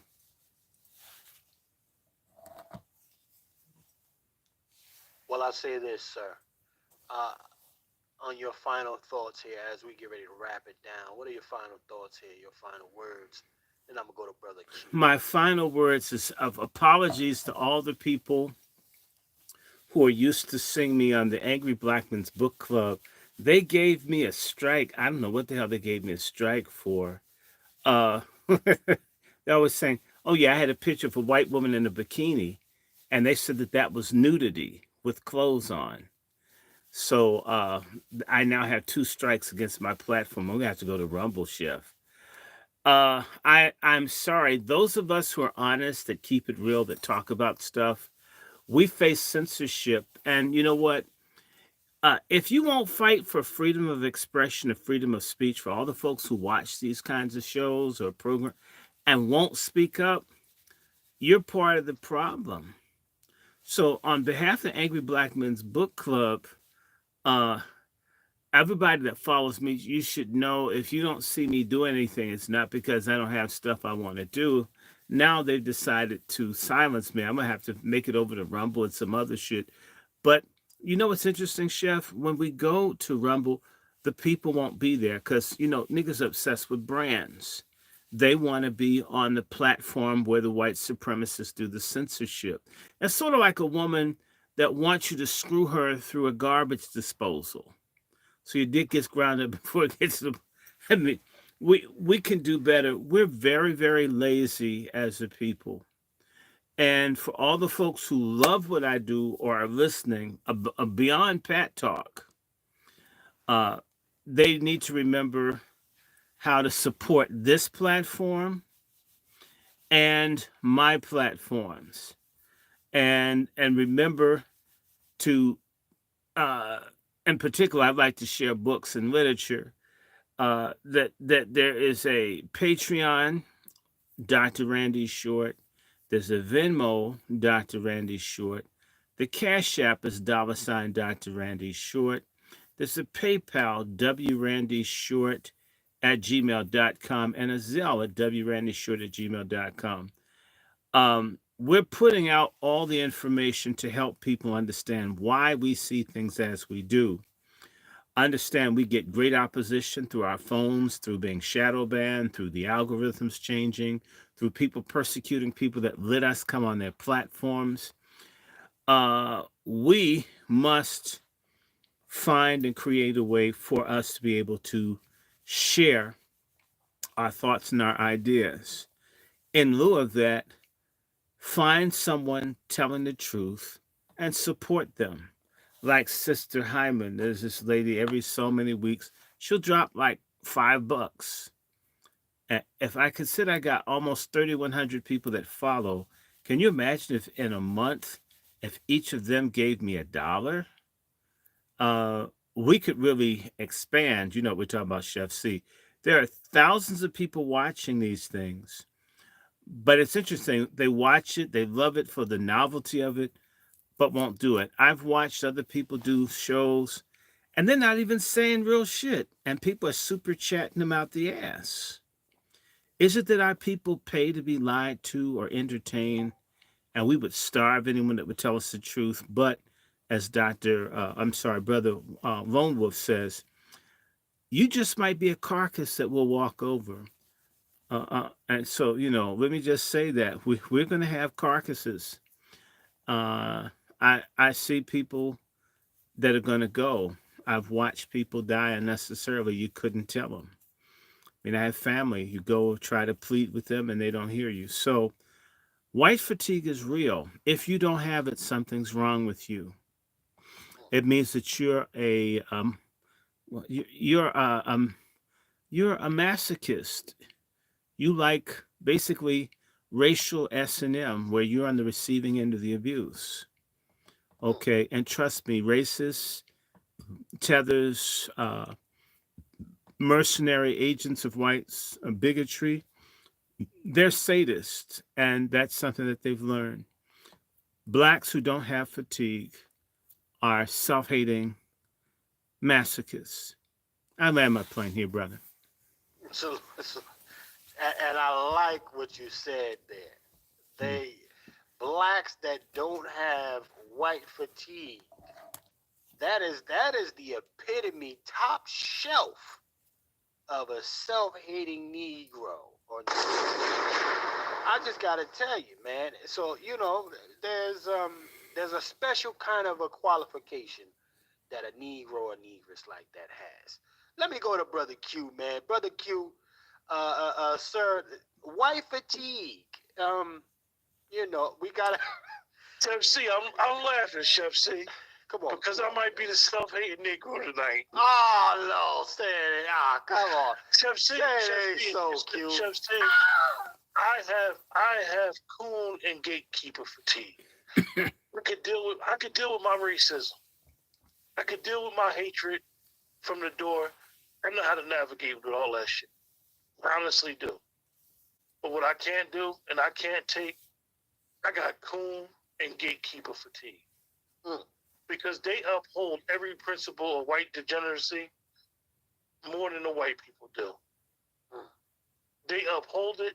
They keep people down. They don't want to see other black people prosper. They have been in the way. They are the epitome of the caucus.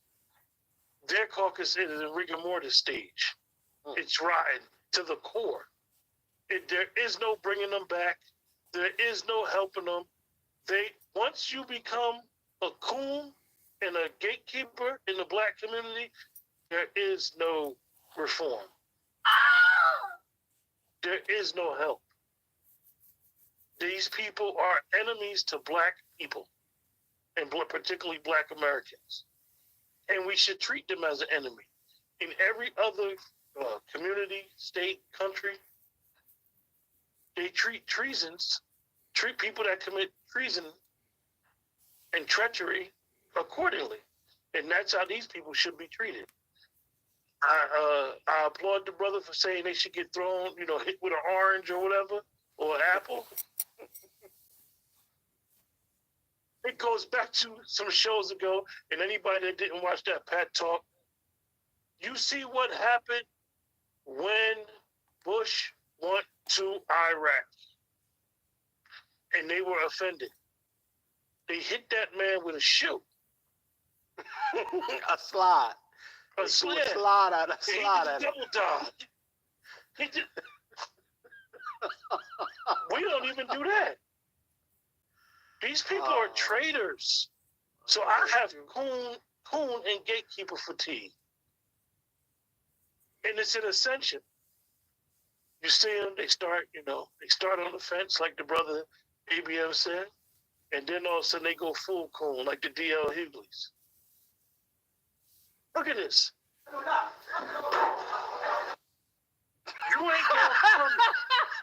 ain't gonna come. Regardless of who you are, you're not gonna come in our land and blatantly disrespect us. We don't care about your leadership. And just think about it, Chef C. The person who threw that shoe was vetted to come in there and be in that press circle. And they still stood on business. We need that in our community. This, hey, Q, this is 10 toes down. Yes. Okay. With the slides and everything. Look. Chef C, literally with a funky socker. With a funky sock. Yeah. Yeah. I didn't get you the first time. I'm going to try it the second time. I'm going to get that lick. Look. He trying to go right at, and he throwing them shit smooth at his head. But we tend to placate and think that it's okay. And my last thought, and I'm gonna leave it at this: death to all the coons and the gatekeepers. Damn. I'll kick you. Hey, that's how Q feeling. Listen, and Q 10 toes down on that. Huh? Yeah. Well, don't talk. Toby be good nigga for master. Good nigga. Don't say Toby Wade. Toby be good for your hand, boss. Good for your hand, master. All right.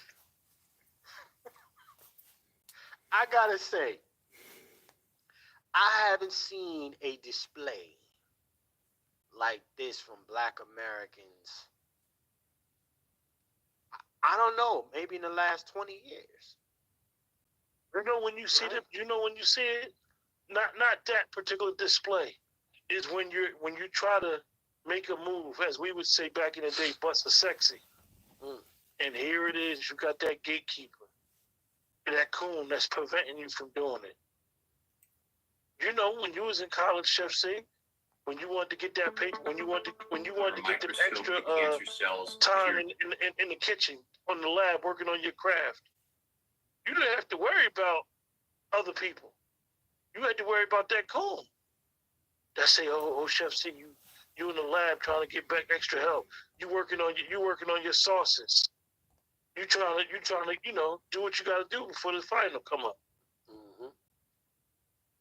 These are the biggest threat. They're the progress stoppers. It's not white degeneracy. It's not.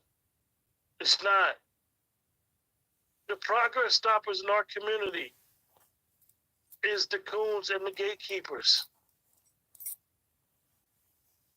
That's who the progress stoppers are. Like Dr. Short said, we got Joe Biden because of one person. With Clyburn. It's the point. And you know what? He's raising a coon. Yeah, I said it. His daughter's on the come up. Yeah. He's a coon and his daughter's a coon. And I don't use that word very loosely, Chef C, but it's the truth. They are the biggest threat towards black progress in this country and have been. Well, I know one. We did a broadcast earlier, last year, and brother Dr. Short was talking about tomatoes, maybe some oranges, chucking some oranges, some tomatoes. You know what I used to tell people what you do, right? What you do, and this is I know somebody, my former self, right? You get you some ball eggs. You let the ball eggs go rotten. You have them for about 2 weeks. And then you throw them. Let them sit in the heat for about a week. And then you throw them and let it hit the surface. Diabolical. You'll never get that smell out. Nah, that's that skunk bath. You got to do the skunk bath after that. You got to sit in tomato sauce and all of that after you get that nastiness. But yeah, listen, I understand your fatigue, Brother Q. You got sellouts and all of that. But the white fatigue is still a real thing. Just think, Chef C, right? And I don't want to go back to other shows, right? But just think, a white woman got on Twitter and said she had black fatigue.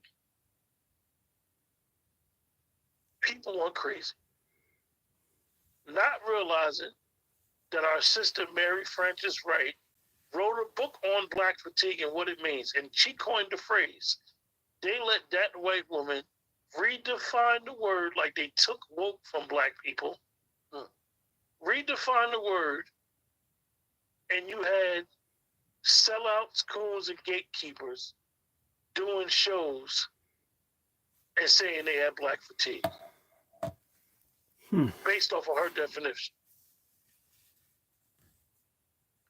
Well, Q, let's watch this then. I mean, and colder, Chef C. That ice is colder. It's colder. I'm sure of it. No doubt about it. Chef C, I remember, right, I used to try to give these sellouts the benefit of the doubt. And Dr. Short would just look at me and start shaking his head. You cannot give them the benefit of the doubt. Under no circumstances. They have sold you out, and they're going to keep selling you. Well, I'll say this, Q. You know, white fatigue is a very real thing. I just gotta show this. I gotta show this slide one more time. But to your point, when you talk about the coon sellouts, well, look at that second slide going through the air, and the dude who appears to be Arab, he jumping out. And so he's probably, listen, Chef C, let me explain to you. He's probably not just an Arab, right?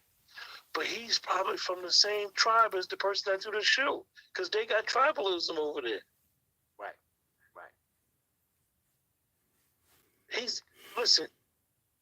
Listen. Coon busters forever. Come here. No coons never. Coon busters forever. No coons never. Here you go. Come on, man. Listen. I'm going to coin this phrase. Coon busters forever. No coons never. Come on, before y'all go to sleep, y'all raise y'all glass to the coon busters. Selfish.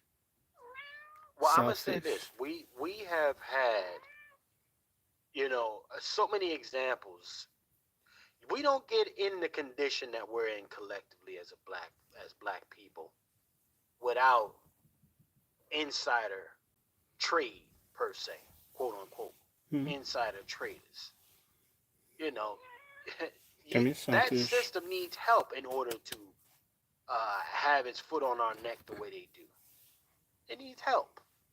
And it has always had assistance, though. Right? It has always had assistance to be in the position that it is when it comes to the collective of our folk. So now we're looking at a situation. This is why I say Come here, selfish. I have white fatigue, because look, that white man savior complex, that white man, that don't hurt massa, is global, Come here, selfish. as we can see here in this clip. Don't hurt massa. Look at him jumping out. He will fall on the sword for massa. That is a global sickness. It's not just within our community. This is global. There's plenty of folks willing to jump on the sword for massa. Mm. That ice, listen, even over there, where it's supposed to be super hot, the ice is colder over there. Okay? So this is a situation where I'm annoyed by the systems of this white degeneracy, the effectiveness of it, the co-opting of our psyche across the world when it comes to sympathizing and being empathetic and wanting to shelter this type of a white guy from the justice that is overdue to him. Okay? That's the issue I have. That's where my fatigue comes in. Because it's not so much fought on the battlefield, as it was back in the day. They have moved this thing and have permanently cemented themselves subconsciously on that war path, on that war in that field, battling you subconsciously, taking over folks subconsciously. This is a hypnotic type of a fucking engagement going on. Folks don't even know why they're sympathetic to this man while he comes through and pillages your community, right? They don't even know why. I mean, United States itself, when we really keep it a buck, family, United States keep telling us all these reasons why they need to go ahead and get into a war with these other countries when they're really actually invading them, right? That's the United States on conquest as usual. But we're told it's because they wanted to do something here to us and all this other bullshit. And you got folks jumping out the window. Yeah. So, I really look at it in that way. But I'm going to get ready to shut this thing down, man. I want to thank everybody for tapping in with us here today. 3 hours. We put in a little bit of work. Definitely I want y'all to keep it locked for the next broadcast. We'll be cranking up next week sometime. But real quick before we go. Stack you hard, fool.